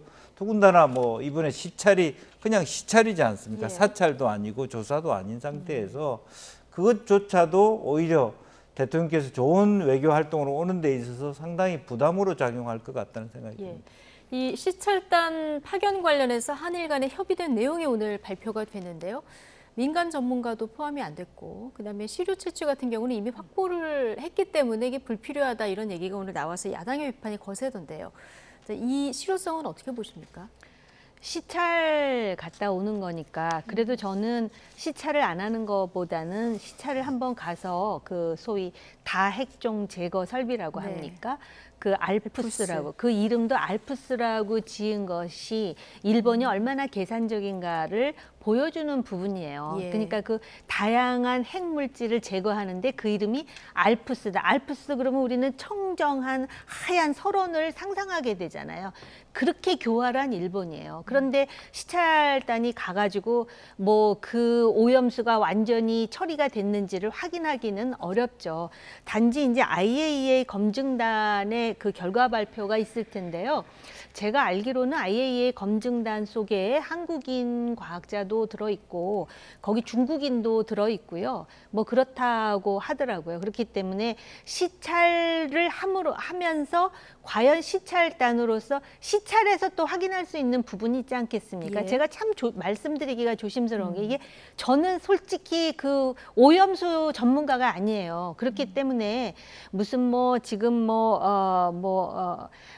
그 야당 의원 경우에 뭐 731 부대 뭐 이래가면서 막 그 거의 폭언에 가까운 비판을 하던데 지금 어찌됐든 태평양은 넓습니다. 네. 그러니까는 그 오염수를 거기다가 풀겠다라는 것인데 실제로 그 오염수가 아무리 넓은 태평양 바다라 하더라도 우리 대한민국이 얼마나 가깝습니까? 그러다 보니까 걱정하는 것은 굉장히 자연스러운 일이고 또 요번에 그 G7의 뭐 음식을 전부 후쿠시마산으로 한다 그러는데 실제로 G7 회원국 중에 일본에 가까운 나라는 없어요. 오히려 예. 지금 우리가 초청을 받아서 가는데 우리가 제일 가까운 나라거든요. 그런데 G7 환경회의가 삿포로에서 열렸대요. 그래서 삿포로에서 열려갖고 일본 그 관계 장관이 막 후쿠시마 오염수가 깨끗이 처리했다라는 식으로 막 정당화하고 설명을 하는데 오히려 독일의 환경부 장관이 나는 그거 받아들일 수 없다고 해가지고 일본을 상당히 당혹해했다고 하거든요. 그러니까 시찰단이 됐든 뭐가 됐든 시찰단으로서 봐야 될 부분에 대해서 지금 뭐 민간인은 안 가고 정부 관계자들이 간다 그러는데 뭐 이름이 누군지 전혀 안 밝히고 있다고는 하는데 양심적으로 대한민국의 공복으로서 내가 시찰을 갔는데 문제가 있으면 확실하게 문제가 있다라고 말하는 기록을 남기지 않으면 역사적으로 자자손손 오명을 뒤집어 쓸 거라는 그런 각오로 가야 되지 않을까 이런 생각은 들어요. 네. 지금 누가 가신지는 모릅니다만은 시찰을 가신 분들 사명감을 가지고 활동을 하고 와야 된다. 자, 이런 얘기도 해주셨고요. 자, 국민의힘은 괴담에는 과학이 특효약이라면서 앨리슨 영국 옥스퍼드대 명예교수를 국회로 초청해서 간담회를 오늘 가졌는데요. 앨리슨 교수, 오염수 1리터를 마실 수 있다는 발언으로 얼마 전에 논란이 되기도 한 인물이죠. 자, 앨리슨 교수의 오늘 발언 그리고 민주당 반응까지 함께 듣고 오시겠습니다. I didn't say I wouldn't treat untreated water. I said I wouldn't treat undiluted water. I said I would drink undiluted water. So I'm assuming that the other cesium-137, strontium, are being successfully removed. 해외 교수 초청 간담회를 열어 후쿠시마 오염수 안전성 홍보를 한다고 합니다. 차라리 국민의힘 의원님들이 오염수 시음 행사라도 하십시오. 검증도 없이 오염수 방류가 실행된다면 역사는 윤석열 정부와 여당을 오염정부, 오염정당으로 기억할 것입니다. 자, 앨리슨 교수는 한마디로 오염수를 둘러싼 위험성이 좀 부풀려 있다 이런 주장을 하고 있는데 또 반대로 위험하다 이렇게 보는 전문가도 있지 않습니까? 그러니까 좀 다양한 목소리를 내는 분들을 한꺼번에 초청했으면 어떨까 싶기도 한데요. 그렇습니다. 이제 기본적으로 앨리슨 교수가 쓴 책을 보니까 레디에이션 앤 리전, 즉 어쨌든 너무 지나치게 방사성에 대하여 공포를 갖고 있더라. 생각만큼 우리가 예를 들면 지금 나온 물은 우리가 엑스레이 찍을 때 우리가 피해받는 것보다 약하다. 이런 정도의 어떤 생각을 가지신 어떤 교수인 것 같습니다. 이제 그런 면에서 뭐 여러 가지 어떤 그 무리 정도가 생각만큼 즉 기본적으로 우리나라까지 물이 돌아올 때까지는 어찌 보면 캐나다가 더 빨리 갈 수도 있는 부분이고 해류라는 것이 그런 것이기 때문에 생각만큼 공포스럽지 않다라는 주장을 할 것 같아요. 그리고 실제로 우리 정치권도 중심을 잡아서 너무 지나치게 마치 뭐 독약처럼 그렇게 공포를 주는 것도 문제지만 일본이 하는 그 부분에 대하여 우리하고 한국이 친할 거니까 일본이 그 정도 하는 거 눈 감아주자. 이것도 잘못된 것 아니겠습니까? 특히 우리 국민의 밥상에 올라간 부분이기 때문에 철저하게 할 필요 있다. 그 중간 지점을 좀 우리가 잘 잡아줬으면 좋겠다라는 생각이고요. 실제적으로 그동안에 우리가 보면요. 핵과 관련된 원자력 관련돼서 말하자면 핀란드 같은 경우는 농축 그 발전소를 서로 설비하려고 그래요. 그것은 뭐냐면 정부에 대한 신뢰가 높기 때문입니다. 근데 솔직히 저도 한노에 있었습니다만 한국의 원자력 정책, 일본의 원자력 정책, 신일본 제철의 정책을 일본 국민들이나 일본 정부에 대한 신인도가 얼마나 높느냐의 문제 아니겠습니까? 그렇기 때문에 우리가 다시 한번 만약 그게 프랑스나 핀란드였다 그러면 훨씬 지금보다 더 투명하게 우리가 믿었을 수 있다는 측면에서 그 점은 다시 우리 정부에 대한 신인도, 일본 정부에 대한 신인도는 감안하고 갈 필요가 있다 그렇게 생각이 듭니다. 자, 그런데 국회에서 야당뿐 아니라 여당도 우리 너무 국민들이 걱정한다 이런 목소리를 좀 내야 시찰단도 가서 활동 반경이 좀 넓어지는 건 아닌가 싶습니다. 그러니까 잘 알지도 못하면서 야당도 그렇고 여당도 그렇고 도대체 그 핵 과학과 관련해 가지고 또 오염수와 관련해서 얼마나 안다고 이렇게 자신만만하게 자기 주장을 늘어놓는지 참 이해가 안 가는데요.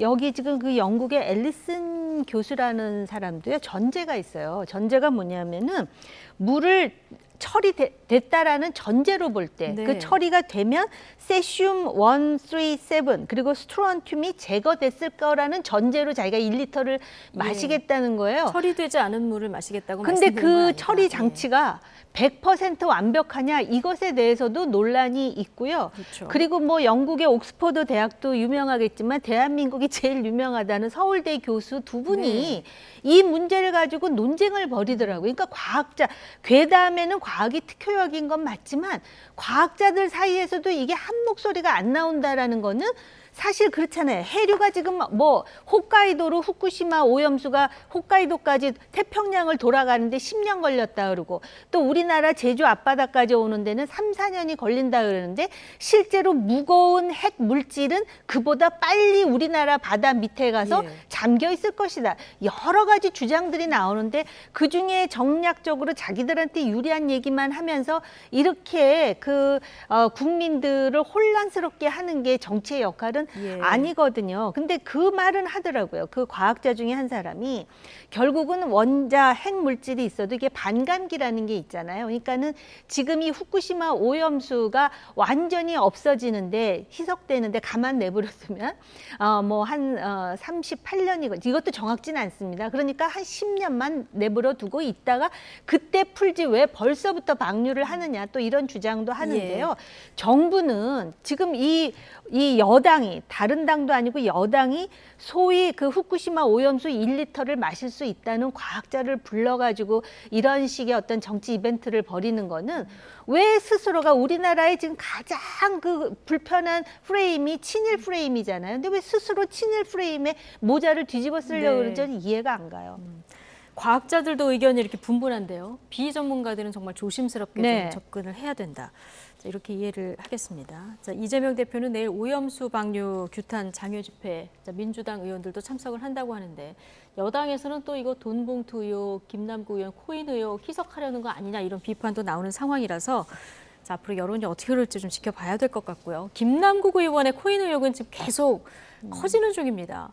국민의힘 진상조사단은 오늘 위믹스 코인 발행사인 위메이드를 방문해서 장영국 대표를 만났는데 어떤 발언들이 나왔는지 듣고 오시겠습니다.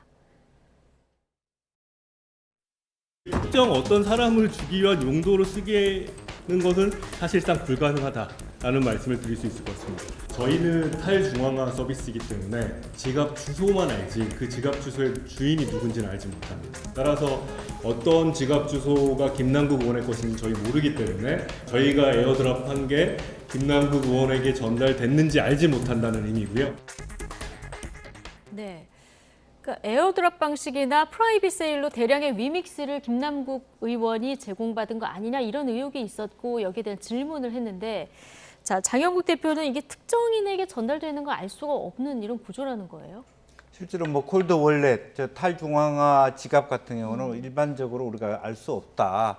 익명적인 것이다. 이런 부분을 얘기할 수 있습니다. 그러나 뭐 저 말 자체가 100% 이렇게 다 해명이 됐다 저는 보기 어렵습니다. 실제적으로 에어드랍의 방식이 아닐 경우에 별도로 에어드랍의 시점에서 마케팅이란 개념이기 때문에 다른 식의 어떤 이면적인 어떤 지원들이 있을 수 있다. 뭐 그런 여지는 여전히 남아 있다. 저 말만 가지고 그랬구나. 그렇게 검찰이 그렇게 볼 것 같지는 않거든요.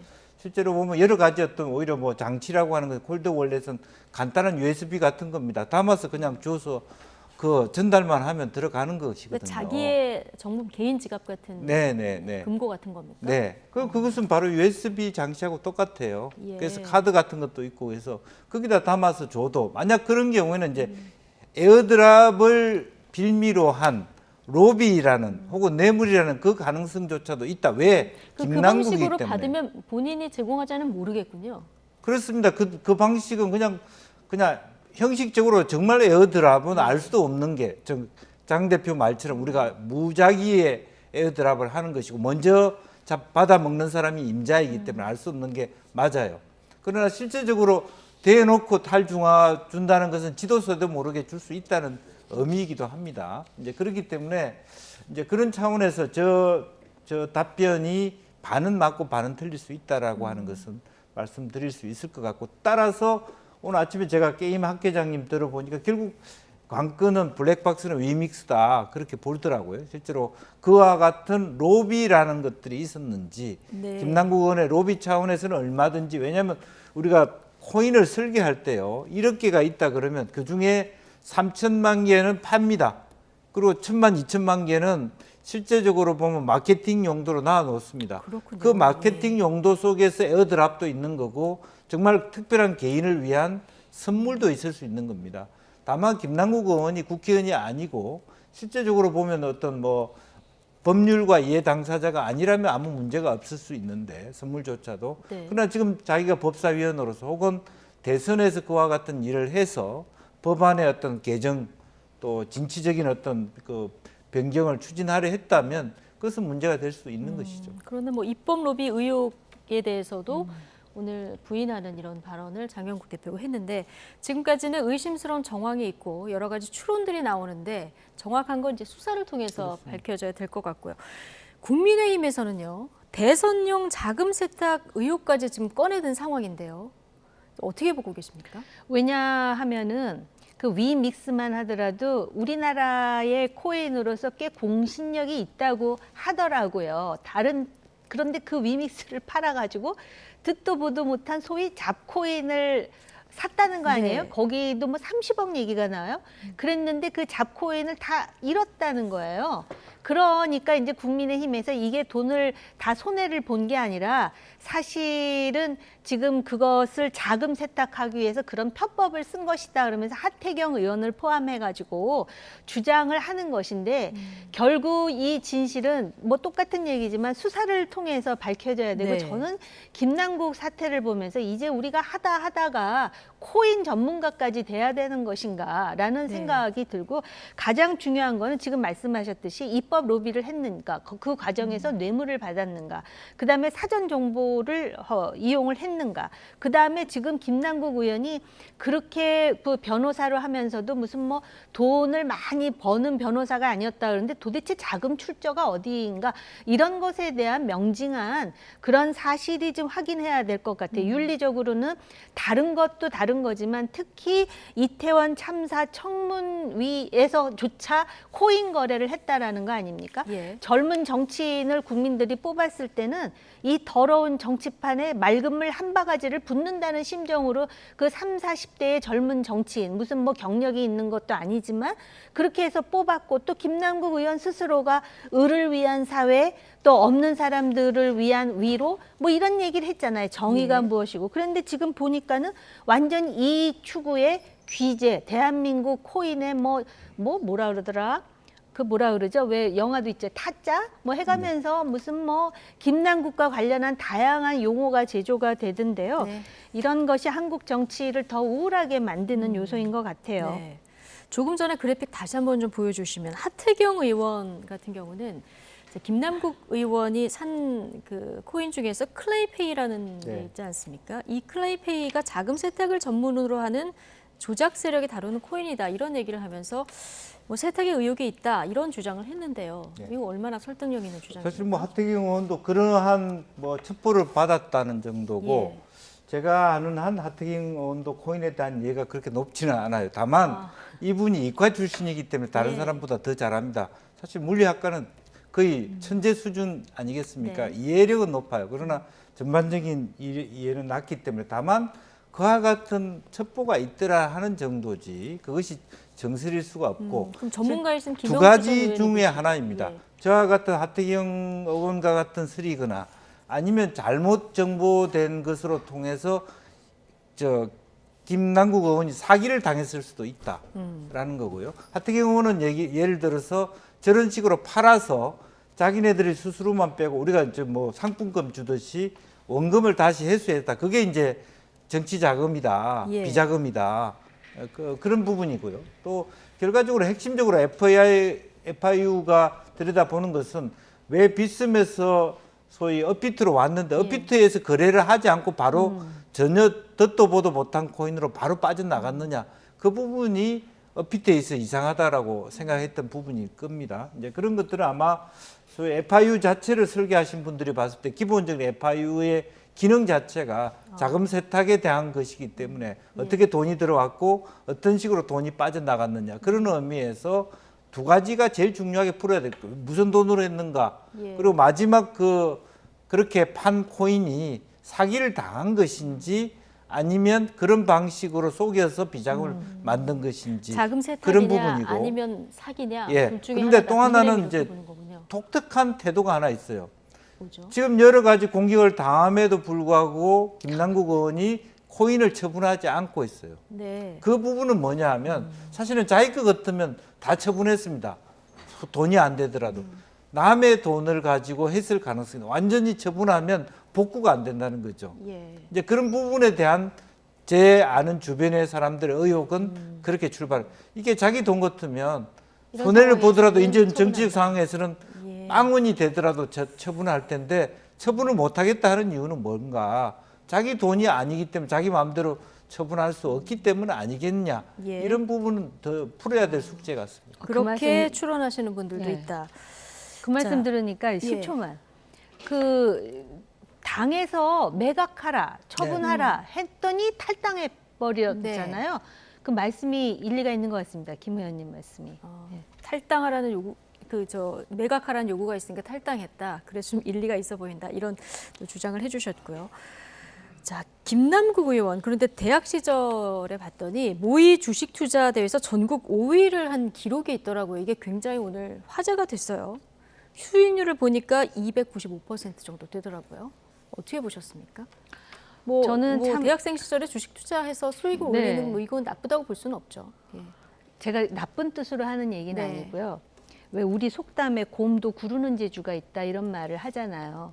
근데 사실 그 김남국 의원 하면은 왜 한동훈 장관하고 인사청문회에서 그 이모 씨를 이모로 해가지고 굉장히 많은 사람에게 웃음을 주고, 또 심지어는 오스트레일리아와 오스트리아 구분이 안 돼가지고 또 한 번 망신을 당한 적이 있어요. 그리고 굉장히 이렇게 얼굴 자체가 이렇게 뭔가 선하다 그래야 되나요? 긍정적으로 보면 그런 거를 할 것 같지 않은데 지금 코인에 있어서 정말 코인 전문가들도 혀를 내두르게 하는 몇 가지 뭐 재주가 있다 그런 얘기를 하지 않습니까? 근데 또 뭐 대학교 주식 투자 대회에서 5위를 했는데 이것도 굉장히 좋은 점수로 5위를 했느니 뭐 이런 기사가 나오는 거를 봤습니다.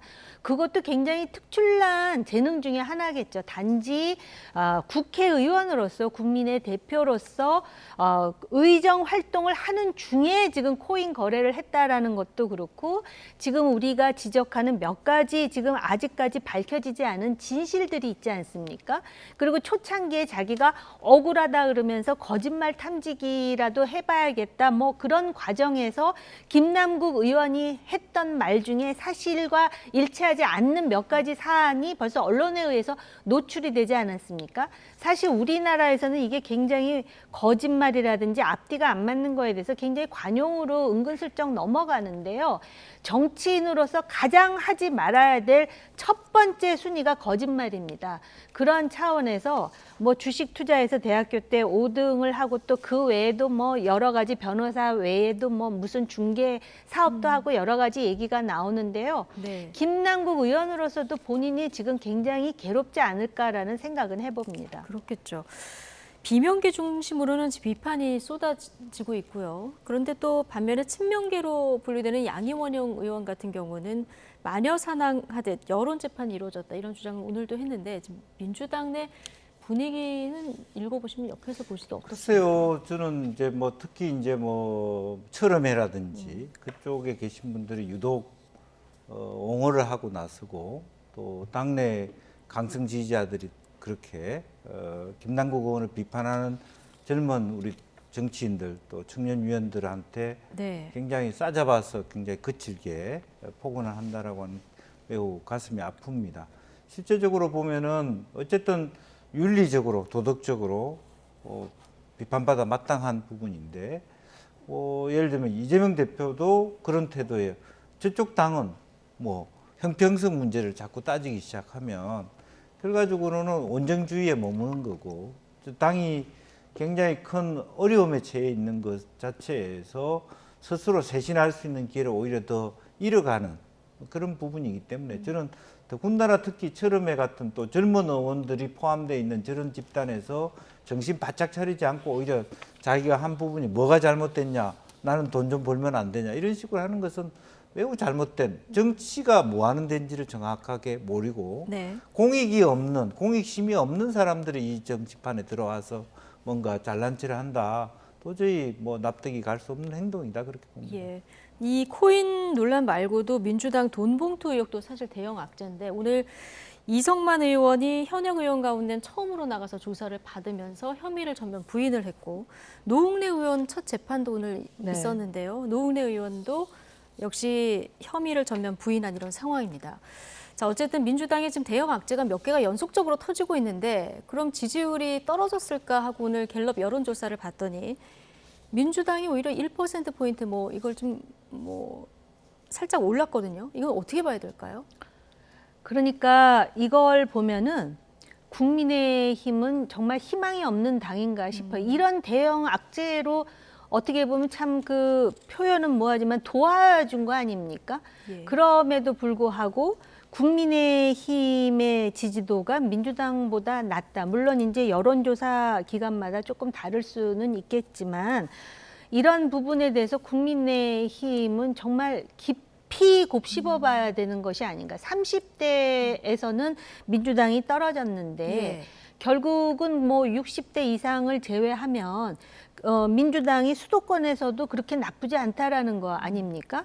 이것이 주는 함의가 무엇인가에 대해서 이 국민의힘은 위기의식을 느껴야 될 것 같아요. 오히려 김남국이라는 변수 때문에 태영호 뭐 예를 든다면은 그 윤리위 네. 이런 문제가 오히려 덮어지는 측면도 있음에도 불구하고 지금 오히려 여론조사를 해봤더니 이런 결과가 나왔다. 그 국민의힘의 마치도 그 역동성 없는 고인물 같은 그런 정당의 속성에 대해서 국민들 특히 중간 지대에 있는 사람들이 아예 눈길을 주지 않는, 왜 우리 그런 말도 있잖아요. 무풀보다 악플이 낫다. 근데 지금 거의 민주당이 그런 비판을 받는 상황이라면 국민의힘은 완전히 잊혀진 상태인가? 어떻게 이런 일이지 참 이해가 가지 않는 여론조사 결과라고 보여집니다. 그러니까 국민의힘이 반사이익을 가져가지도 못했고 오히려 떨어진 상황이고요. 그리고 윤석열 대통령 지지율은 지금 외교 일정이 계속 이어지면서 3주째 좀 오름세를 보이고 있는 이런 상황이거든요. 네. 그런데도 국민의힘 지지율이 떨어지는 이유 어떻게 보고 계십니까? 글쎄요, 우선은 국민의힘의 두 분 최고위원이 없어진 상태 공백 속에서 당대표와 원내대표의 존재감이 없는 것, 그런 것들이 이제 국민의힘이 보이지 않고 그냥 대통령밖에 안 보인다. 네. 이렇게 국민들이 평가하고 있다고 봐야 되겠죠. 그리고 또 하나는 지금 이것은 국민의힘에서 다시 한번 곱씹어 봐야 되는데 일주 전과 차이가 19세에서 29세 사이가 그전에는 국민의힘이 김남국 부분 때문에 올랐다가 다시 원점으로 뒤집어졌단 말이에요. 민주당으로. 그런 부분은 그 저간에 깔려 있는 노동 문제라든지 복지 문제라든지 다양한 우리 사회 문제에 대하여 국민의힘이라고 하는 정당이 매우 무력하게 느낀다. 네. 대통령의 일거수일투족만 따라할 뿐이다라고 하는 것을 젊은이들이나 또 많은 사람들이 눈치채고 있는 거 아닌가. 그런 부분이 좀 가슴 아프게 아마 국민의힘에서도 봐야 될 대목이다 봅니다. 예. 자, 대통령 지지율은 G7 정상회의 참석 이후에 또 어떻게 변화를 할지 이 부분도 좀 주목되는 포인트입니다. 라이트 포커스 오늘은 정호김, 김영주 전직 의원 두 분과 함께했습니다. 고맙습니다.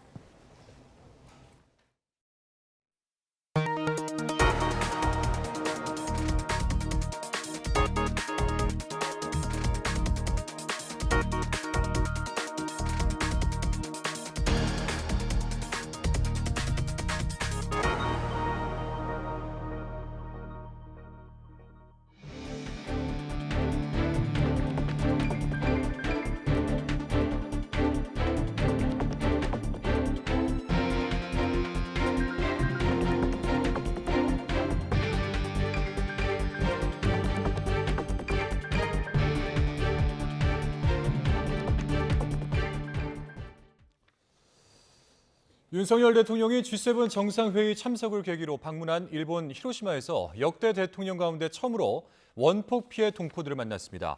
윤 대통령은 오늘 저녁 히로시마에 있는 호텔에서 원폭 피해자들과 그 후손 20여 명을 만나 슬픔과 고통을 겪는 현장에 고국이 함께하지 못해 깊은 사과를 드린다고 말했습니다. 이어서 한국이 국민을 판단하고 국적의 기준을 세울 때 속인주의로 판단한다면서 오랜만에 고국에 와서 얼마나 변하고 발전했는지 보시길 바란다며 원폭 피해 동포들을 직접 초청했습니다.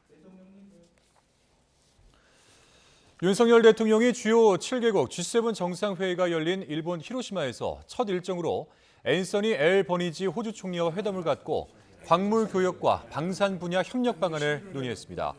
한국과 호주 정상은 오늘 히로시마의 호텔에서 열린 회담에서 미래 첨단 산업 발전에 필수적인 핵심 광물의 교역을 안정적으로 유지하자는 데 의견을 모았다고 이도훈 대변인이 서면으로 전했습니다. 윤 대통령은 이어서 판민찡 베트남 총리와도 6개월 만에 두 번째 정상회담을 가졌습니다. 일본 히로시마에서 개막한 주요 7개국 정상회의에서 각국 정상이 공동 성명을 통해 우크라이나 지원에 대한 결속을 다지고 대러시아 제재 수위를 높이겠다고 경고했습니다. G7 정상은 공동 성명에서 러시아가 우크라이나에서 벌이는 침략 전쟁에 대해서 결속을 재확인한다며 러시아의 명백한 유엔 현장 위반과 전쟁이 세계에 미치는 영향을 가장 강력한 언어로 비난한다고 밝혔습니다. 이어 러시아의 불법적인 침략을 확실히 좌절시키고 우크라이나 국민을 지원하기 위해서 새로운 조치를 강구할 것이라고 강조했습니다. 정부가 일본 후쿠시마 원전 오염수 방류의 안전성을 확인할 시찰단 구성과 일정을 발표했습니다. 원자력안전위원회 위원장이 단장을 맡아 나흘 동안 현장 점검에 나서는데요. 국무조정실 박구현 1차장의 발언 내용 직접 들어보시죠.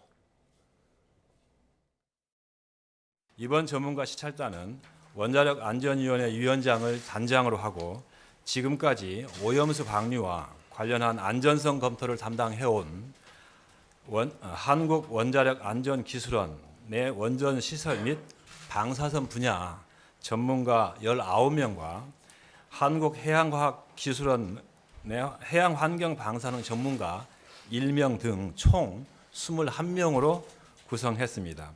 이는 향후 모니터링에서도 업무의 전문성, 지속성 측면에서 가장 효과적일 것이라고 판단했기 때문입니다. 이번 시찰 활동을 통해 일본의 오염수 정화 및 방류시설 전반의 운영 상황과 방사성 물질 분석 역량 등을 직접 확인하고 우리의 과학적, 기술적 분석에 필요한 정보를 확인할 계획입니다. 더불어민주당 이재명 대표는 후쿠시마 원전 오염수 시찰단이 견학조차도 제대로 될지 의문이라면서 이대로 가면 방류에 대한민국 시찰단이 면죄부 도장만 찍어주고 오는 결과가 될 것 같다고 우려했습니다. 이 대표는 오늘 최고위원회의에서 시찰단 파견이 나흘 앞으로 다가왔지만 정부가 아직도 어디서 무엇을 어떻게 할 것인지 내용을 결정하지 않은 것 같다며 이같이 밝혔습니다. 그러면서 일본 눈치만 살피면서 검증 신용만 하다가 우리 또한 오염수 테러, 방사능 테러의 공범이라는 지적을 받지 않을까 걱정된다면서 일본을 방문한 대통령이 당당하게 철저한 원전 오염수 검증 협조를 요구할 것을 촉구했습니다.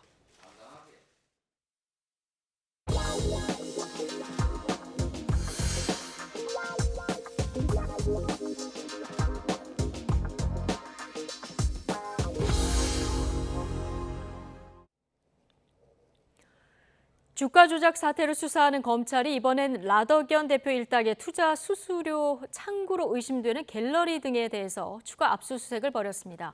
검찰은 라 대표 등이 부당 이익 2,600억대 가운데 1,300억 원을 수수료로 챙긴 것으로 보고 이들 자금이 어디로 흘러갔는지를 찾고 있습니다. 윤성훈 기자의 보도입니다. 서울 강남구에 있는 갤러리입니다. 라더견 대표 일당의 자금 세탁 창구로 활용됐다는 의혹이 불거져 검찰 금융당국 합동수사팀이 추가 압수수색에 나섰습니다.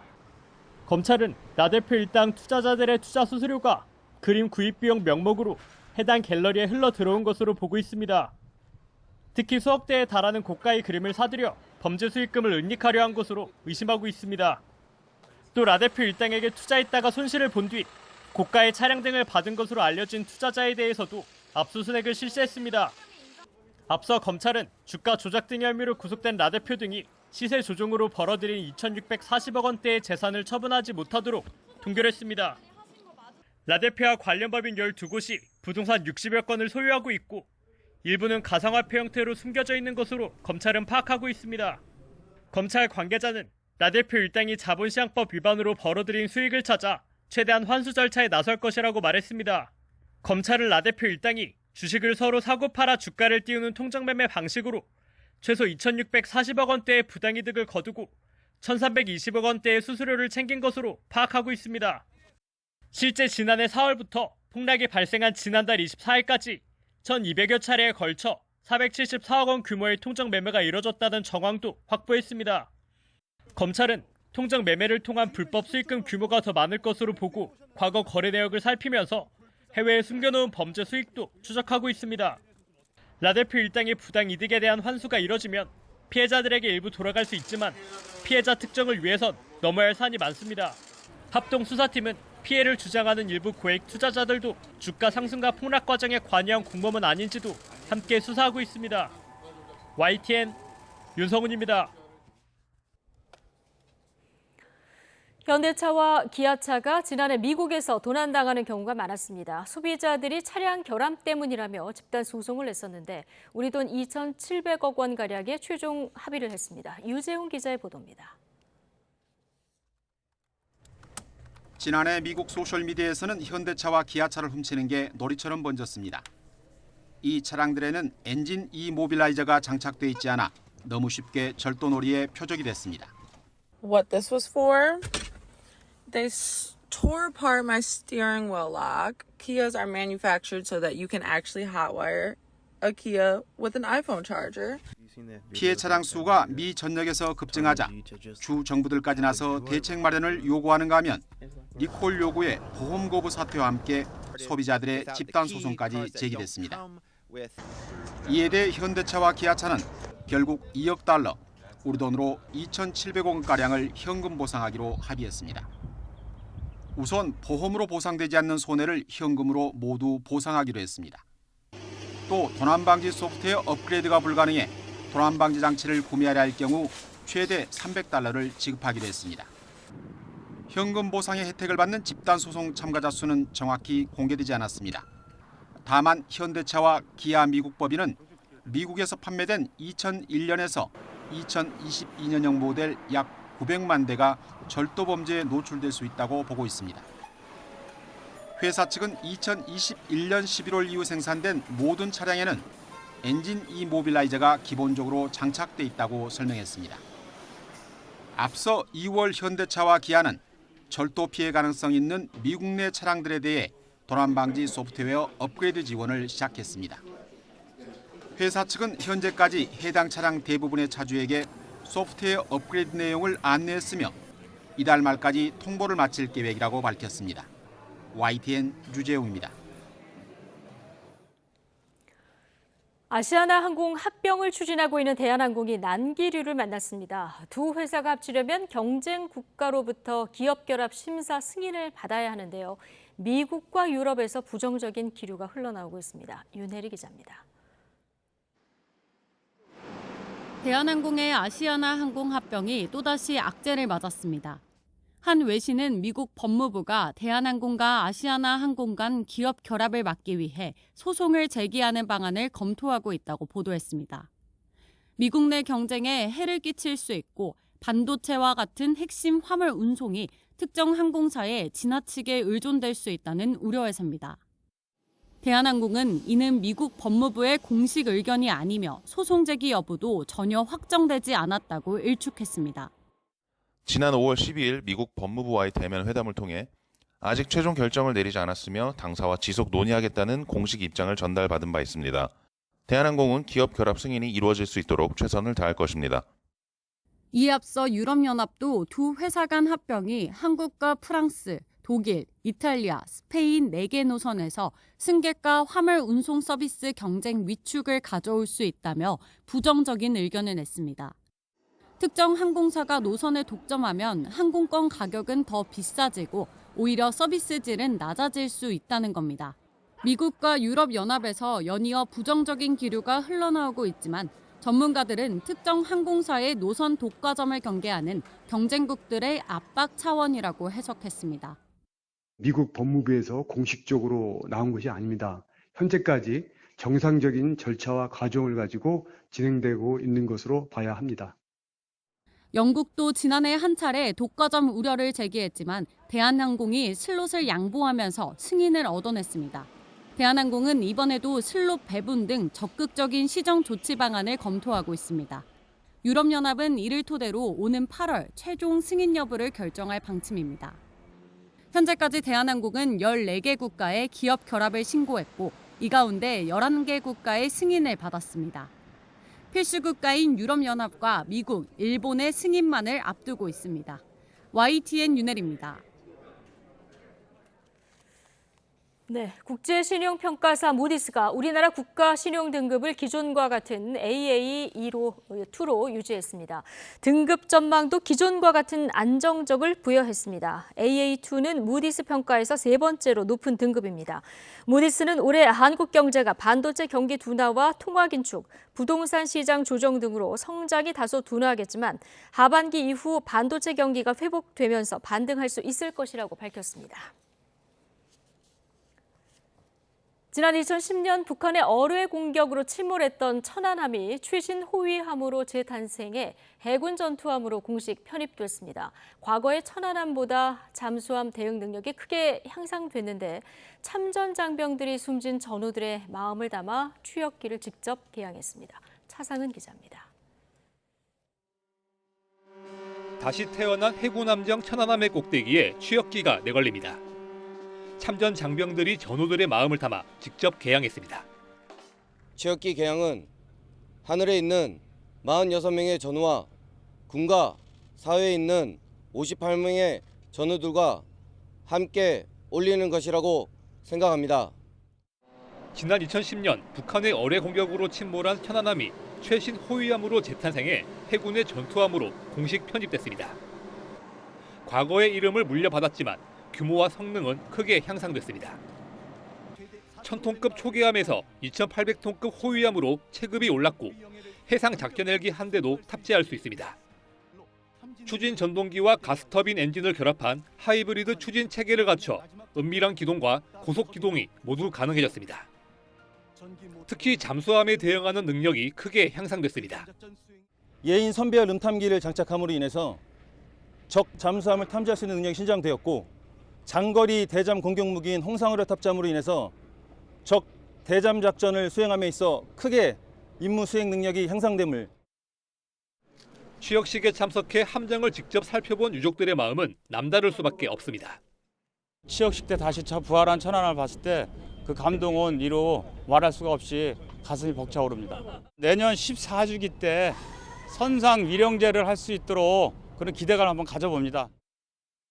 해군은 천안함의 전력화 과정과 작전 수행 능력 평가를 거쳐 올해 말 서해에 배치할 계획입니다.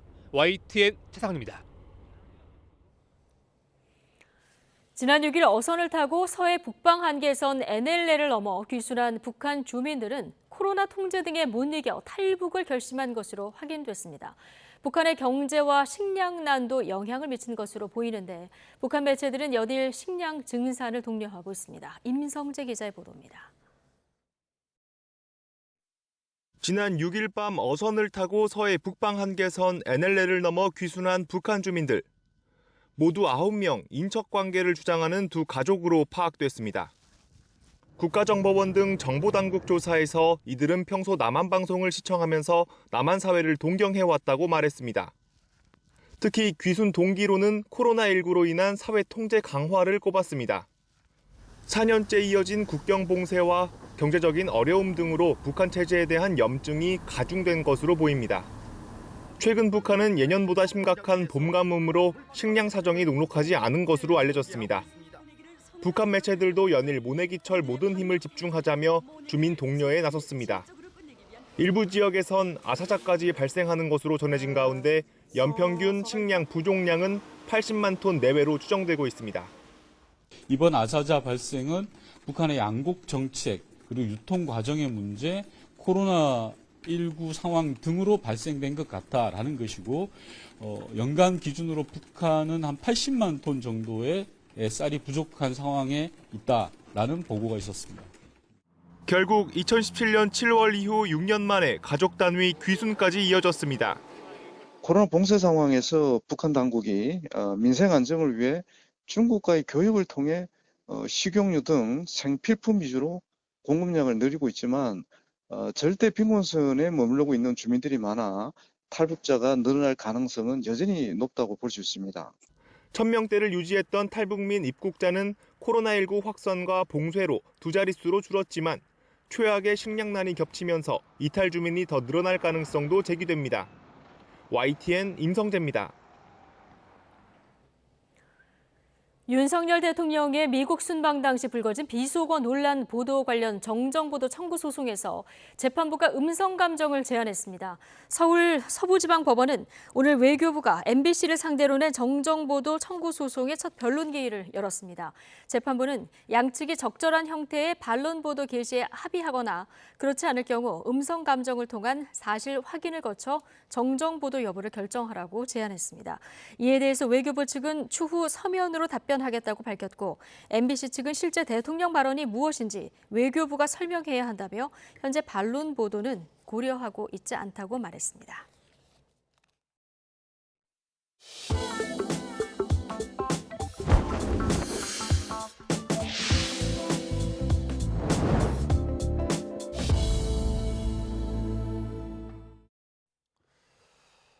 아동 청소년을 상대로 한 악랄한 성착취 범죄가 좀처럼 사라지지 않고 있습니다. 얼마 전 육군 장교에 이어서 이번에는 20대 회사원이 수십 명의 청소년을 대상으로 성착취 동영상을 제작하다 검거됐는데요. 피해자 가운데 초등학생 한 명은 너무나 안타까운 선택을 하고야 말았습니다. 지환 기자가 단독 보도합니다. 멀쩡한 20대 회사원이었습니다. 27살 고모 씨. 고 씨가 범죄 대상으로 삼은 건 어린 학생들이었습니다. 채팅 앱과 SNS 등을 통해 청소년들을 꿰었습니다. 돈을 주며 음란 영상과 사진을 요구했고 받은 뒤엔 더 노골적으로 변했습니다. 욕설과 협박이 이어졌고 혹시라도 알려질까 불안감에 쫓긴 어린 학생들은 고 씨에게 끌려갈 수밖에 없었습니다. 고 씨가 제작한 2,000개가 넘는 사진과 동영상 압수물을 분석했는데 피해자는 전원 미성년자, 무려 73명에 달합니다. 피해 조사도 쉽지 않았습니다. 디지털 성범죄 특성상 피해자 거주지가 제각각이고 어린 학생들은 도움을 받기보다 주로 숨고 도망치는 걸 선택했습니다. 너무나 안타까운 일도 있었습니다. 죄책감과 불안감을 이기지 못한 초등학생 피해자는 스스로 극단적 선택을 하고 말았습니다. 상습 성착취물 제작 배포 등의 혐의로 구속돼 재판에 넘겨진 고 씨. 고 씨는 법정에서 모든 죄를 인정했습니다. 그리고 피해자에게 미안하다며 반성문 여러 통을 재판부에 전달했습니다. 엄벌을 요구하는 시민단체 탄원서도 제출됐습니다. 검찰 구형은 징역 20년, 하지만 재판부는 5년을 줄여 징역 15년을 선고했습니다. 재판부는 아동 청소년에 대한 성적 학대가 장기간 이어진 만큼 죄질이 매우 좋지 않다면서 피해자 가운데 한 명은 충격과 고통으로 스스로 목숨을 끊는 비극적인 일이 발생했다고 말했습니다. 다만 피고인이 범행을 모두 인정하고 과거 범죄 전력이 없는 점을 종합적으로 고려했다며 양형 이유를 설명했습니다. 최근 전국 청소년 수십 명을 상대로 성착취 영상물을 제작한 육군 장교 역시 징역 16년이 내려진 1심형이 너무 무겁다며 항소한 상태. 이른바 N번방 사태 이후 강화된 양형 기준이 마련됐지만 어린 청소년을 상대로 한 악랄한 디지털 성착취 범죄는 좀처럼 사라지지 않고 있습니다.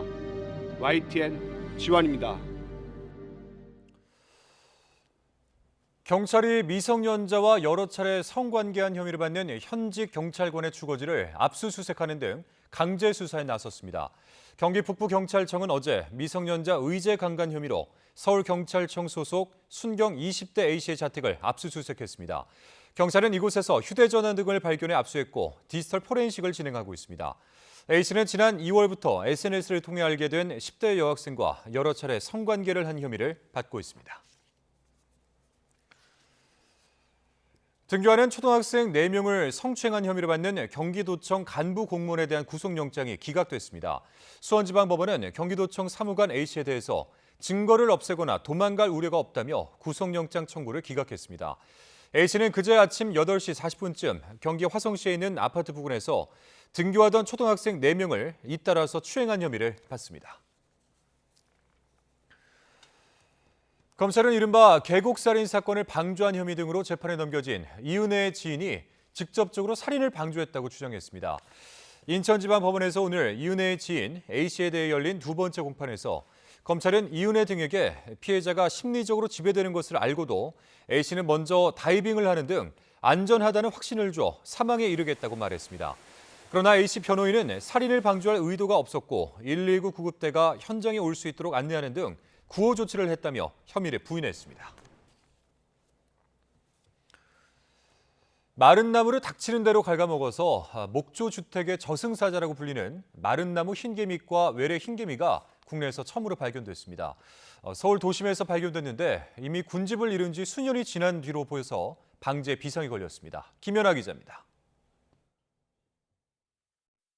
서울 논현동에서 발견된 날개 달린 흰개미입니다. 노르스름한 몸통에 크기는 3에서 7mm 정도로 더듬이가 머리보다 훨씬 깁니다. 지난 17일 한 온라인 커뮤니티에 이 개미 사진이 올라왔는데 국내에서는 한 번도 발견된 적 없는 마른 나무 흰개미과 흰개미로 추정된다는 댓글이 달리면서 환경부 조사로 이어졌고 사실로 밝혀졌습니다. 발견된 흰개미는 마른 나무 흰개미과 크립토털미스 속으로 국내에서는 처음 발견된 외래종입니다.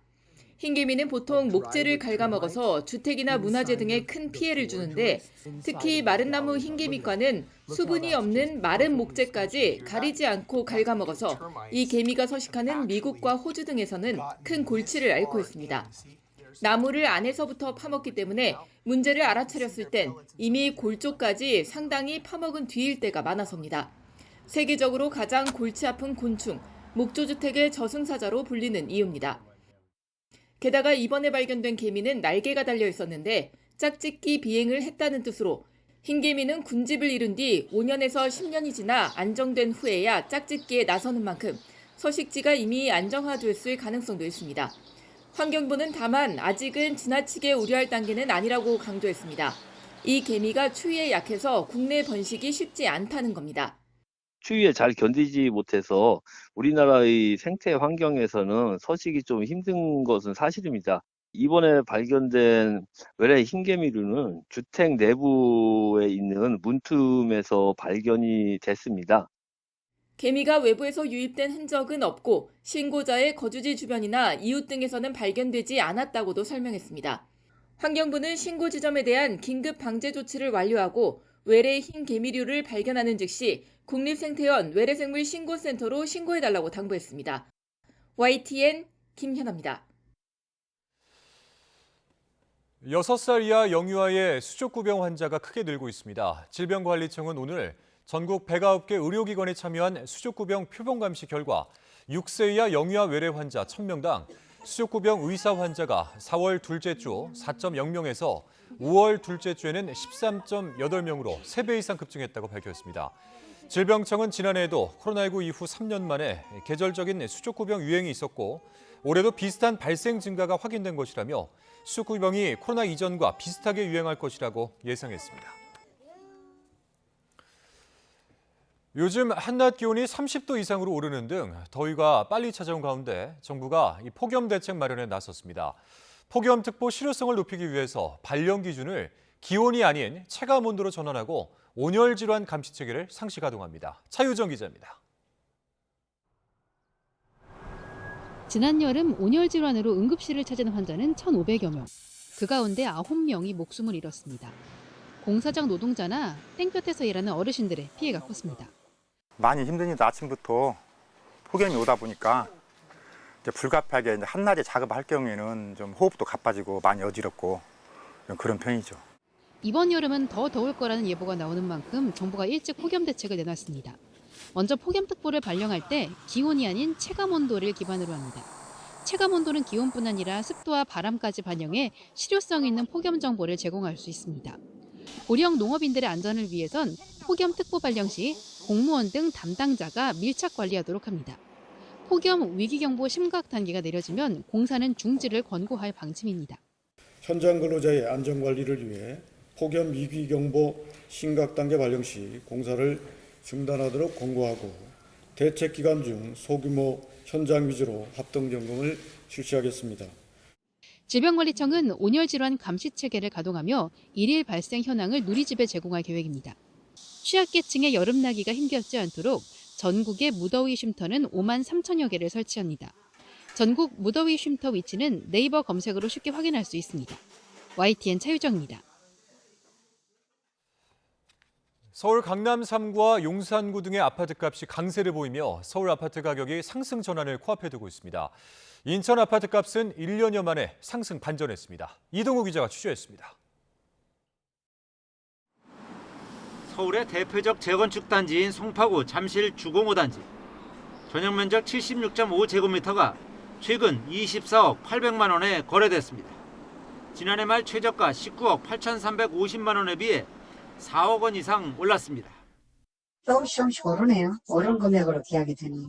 저축이라서 좀 싸게 계약된 거고 보통 뭐 한 좋은 춤 기준으로 한 25억에서 25억 5천 보셔야 돼요. 7600만 원. 근처 잠실 리센츠 전용 59제곱미터 역시 18억 원에 팔리며 올 초 거래가보다 1억 7천만 원 이상 상승했습니다. 이처럼 이번 주 송파구를 비롯한 강남 4구는 일제히 큰 폭으로 올랐습니다.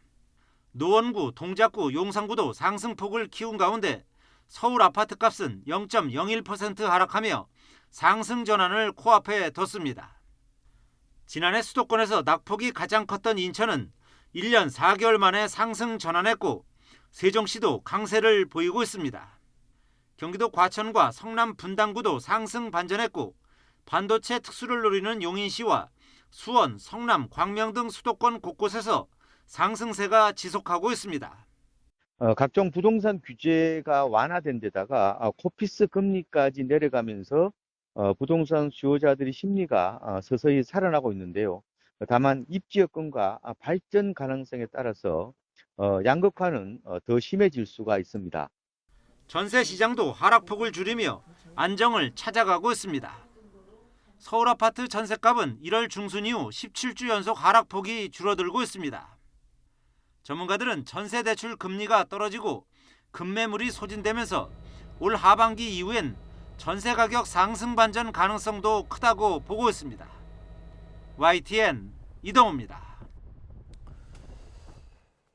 검찰이 전세 세입자 수백 명으로부터 보증금 수백억 원을 가로챈 혐의로 구속돼 재판을 받는 이른바 건축왕 남모 씨의 재산 92억 원가량을 추징보전했습니다. 국민의힘 정점식 의원실이 확보한 남 씨에 대한 재산 추징보전 결정문을 보면 검찰이 남 씨의 재산 92억 3,500만 원에 대한 추징보전을 청구했고 법원이 이를 받아들였습니다. 검찰은 또한 92억 원대에 이르는 남 씨 재산 가운데 고가의 승용차와 임대차 보증금 반환 청구 채권, 부동산 등의 자산이 처분되지 못하도록 동결 조치했습니다.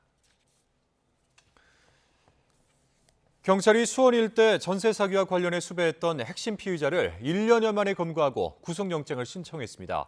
경기 수원 남부경찰서는 사기 등의 혐의로 40대 A씨에 대한 구속영장을 신청했습니다. A씨는 지난 2019년부터 2년 동안 경기 수원시 권선구에 다세대 주택에 입주한 10여 명의 전세 보증금 15억 원가량을 돌려주지 않은 혐의를 받습니다.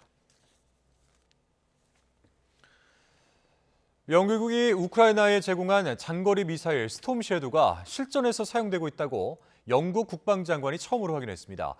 자, 우크라이나에서 장거리 미사일 대결이 벌어지고 있습니다. 김원배 기자입니다. 러시아가 점령한 우크라이나 동부 루안스크 도심에 있는 이발소에서 지난 15일 폭발이 발생해 1명이 숨지고 5명이 다쳤습니다. 이발을 하던 친러시아 루안스크 인민공화국의 내무장관 이고르 코르넷도 중상을 입었습니다. 같은 날 러시아군이 사용하고 있는 루안스크 인근 옛 항공학교의 행정건물 한 채가 손상됐습니다. 루안스크 인민공화국 당국자들은 우크라이나군이 영국이 제공한 장거리 미사일 스톰 섀도우 2발로 공격했다고 주장했습니다. 러시아 국방부는 현지 시간 16일 성명을 통해 15일 하루 동안 우크라이나가 발사한 스톰 섀도우 7기를 요격했다고 밝혔습니다. 이에 대해 우크라이나가 침묵을 지키고 있는 가운데 현지 시간 18일 영국의 벤 월리스 국방장관이 스톰 섀도우의 실전 사용을 처음으로 확인했습니다. On the Storm Shadow, all I can say is it is my understanding that it has been used since we announced its deployment to Ukraine, but I'm not going to go any further details of that operation. 영국의 가디언은 루안스크는 전쟁 이후 상대적으로 평화로운 지역이었으나 사거리 250km 이상인 스톰 섀도우가 우크라이나에 도입된 이후 더는 안전하지 않게 됐다고 분석했습니다. 이 신문은 또 최근 루안스크가 잦은 공격을 받은 것을 두고 우크라이나가 올여름으로 예상되는 대반격에 나서기 전에 적진 깊숙한 곳에 있는 러시아의 지휘 통제 센터를 겨냥해 전쟁 수행 능력을 약화하려는 것이라고 평가했습니다. 우크라이나가 스톰 섀도우 미사일을 실전에 투입한 것이 확인되면서 우크라이나에서는 서방 장거리 미사일과 극초음속 미사일 킨잘로 대표되는 러시아제 장거리 미사일의 대결이 벌어지고 있습니다. YTN 김원배입니다. 한국언론학회가 지난 2월에 이어 또다시 YTN 민영화 문제를 토론의 주제로 올렸습니다. 발제를 맡은 언론학자는 YTN이 오랫동안 공정성 시비와 낙하산 사장 문제로 논란의 대상이 됐지만 민영화를 한다고 정치적 독립을 이룰 수 있다는 일각의 주장은 견강부회라고 주장했습니다. 윤석열 정부의 YTN 매각 시도는 정치적 정서성이란 취약한 성격의 지배구조를 가지고 있는 공영 또는 공영적 언론사, 또 YTN에 대한 집권 세력의 어떤 포섭 전략의 일환이라고 파악이 되고요. 그거는 결과적으로는 어떠한 공익에도 부합되지 않는다. 현재 정부 주도의 YTN 민영화 과정을 지켜볼 때 경영과 콘텐츠의 혁신이란 순기능보다는 역기능이 더 우려된다는 주장이 잇따랐습니다. YTN의 민영화가 자칫 사용기업의 시장 지배력을 강화하기 위하여 무리한 이익을 추구할 수 있고 그로 인해서 보도의 내용이나 방향이 변결된 가능성이 높아서 공정성 유지에 어려움을 겪을 수 있다고 보기 때문으로 파악해 볼 수 있습니다. 공영적 언론 구조 자체를 붕괴시키겠다라고 하는 것 같습니다. 동시에 경제 권력에게 언론 권력의 일부를 양도하겠다. 혹은 그들의 손아귀에 언론의 저널리즘 정신을, 저널리즘의 가치를 이양하겠다라고 하는 정부의 의지가 여기에 들어있는 부분이 아닌가 그런 생각을 합니다. YTN 민영화의 대안으로 MBC의 방송문화진흥회, 연합뉴스의 뉴스통신진흥회처럼 재단 소유 방식을 검토해보자는 제안도 있었습니다. 정치, 자본 모두로부터 독립될 수 있는 소유 구조는 어떤 게 있을까? 저는 사회적 소유 구조를 제안을 하고 싶고요. 지금 YTN의 지분을 가지고 있는 공기업의 지분을 YTN 스스로 인수를 하는 겁니다. 그리고 사회적 재단을 만들어서 각계 사회단체들이 이사로 참여하고 관리 감독할 수 있는 체계를 만드는 겁니다. 한 언론학자는 YTN이 공적 소유 구조로 남든 민간 소유 구조로 바뀌든 공정하고 독립적인 보도 채널이 되긴 쉽지 않아 보인다며 소유 구조 개편보다는 공공성을 강화하기 위한 미디어 정책 논의가 필요하다는 주장을 펼쳤습니다. YTN 유환홍입니다. 육군은 군 복무 중인 BTS 멤버 진을 보기 위해 허가 없이 근무지를 이탈한 혐의로 A 간호장교를 조사하고 있다고 밝혔습니다. 육군 모사단 A 간호장교는 지난 1월 무단으로 소속 부대를 이탈해 진이 근무하는 부대를 방문한 것으로 알려졌습니다. 육군은 이와 관련해서 사단 감찰 조사 이후 법무조사가 진행 중이라며 법무조사 결과에 따라 필요한 조치를 엄정하게 처리할 예정이라고 밝혔습니다. A 장교는 진의 소속 부대를 방문하기 위해 해당 부대 간호장교와 사전 모의했다는 의혹도 제기됐지만 군은 사실이 아닌 것으로 확인했다고 덧붙였습니다.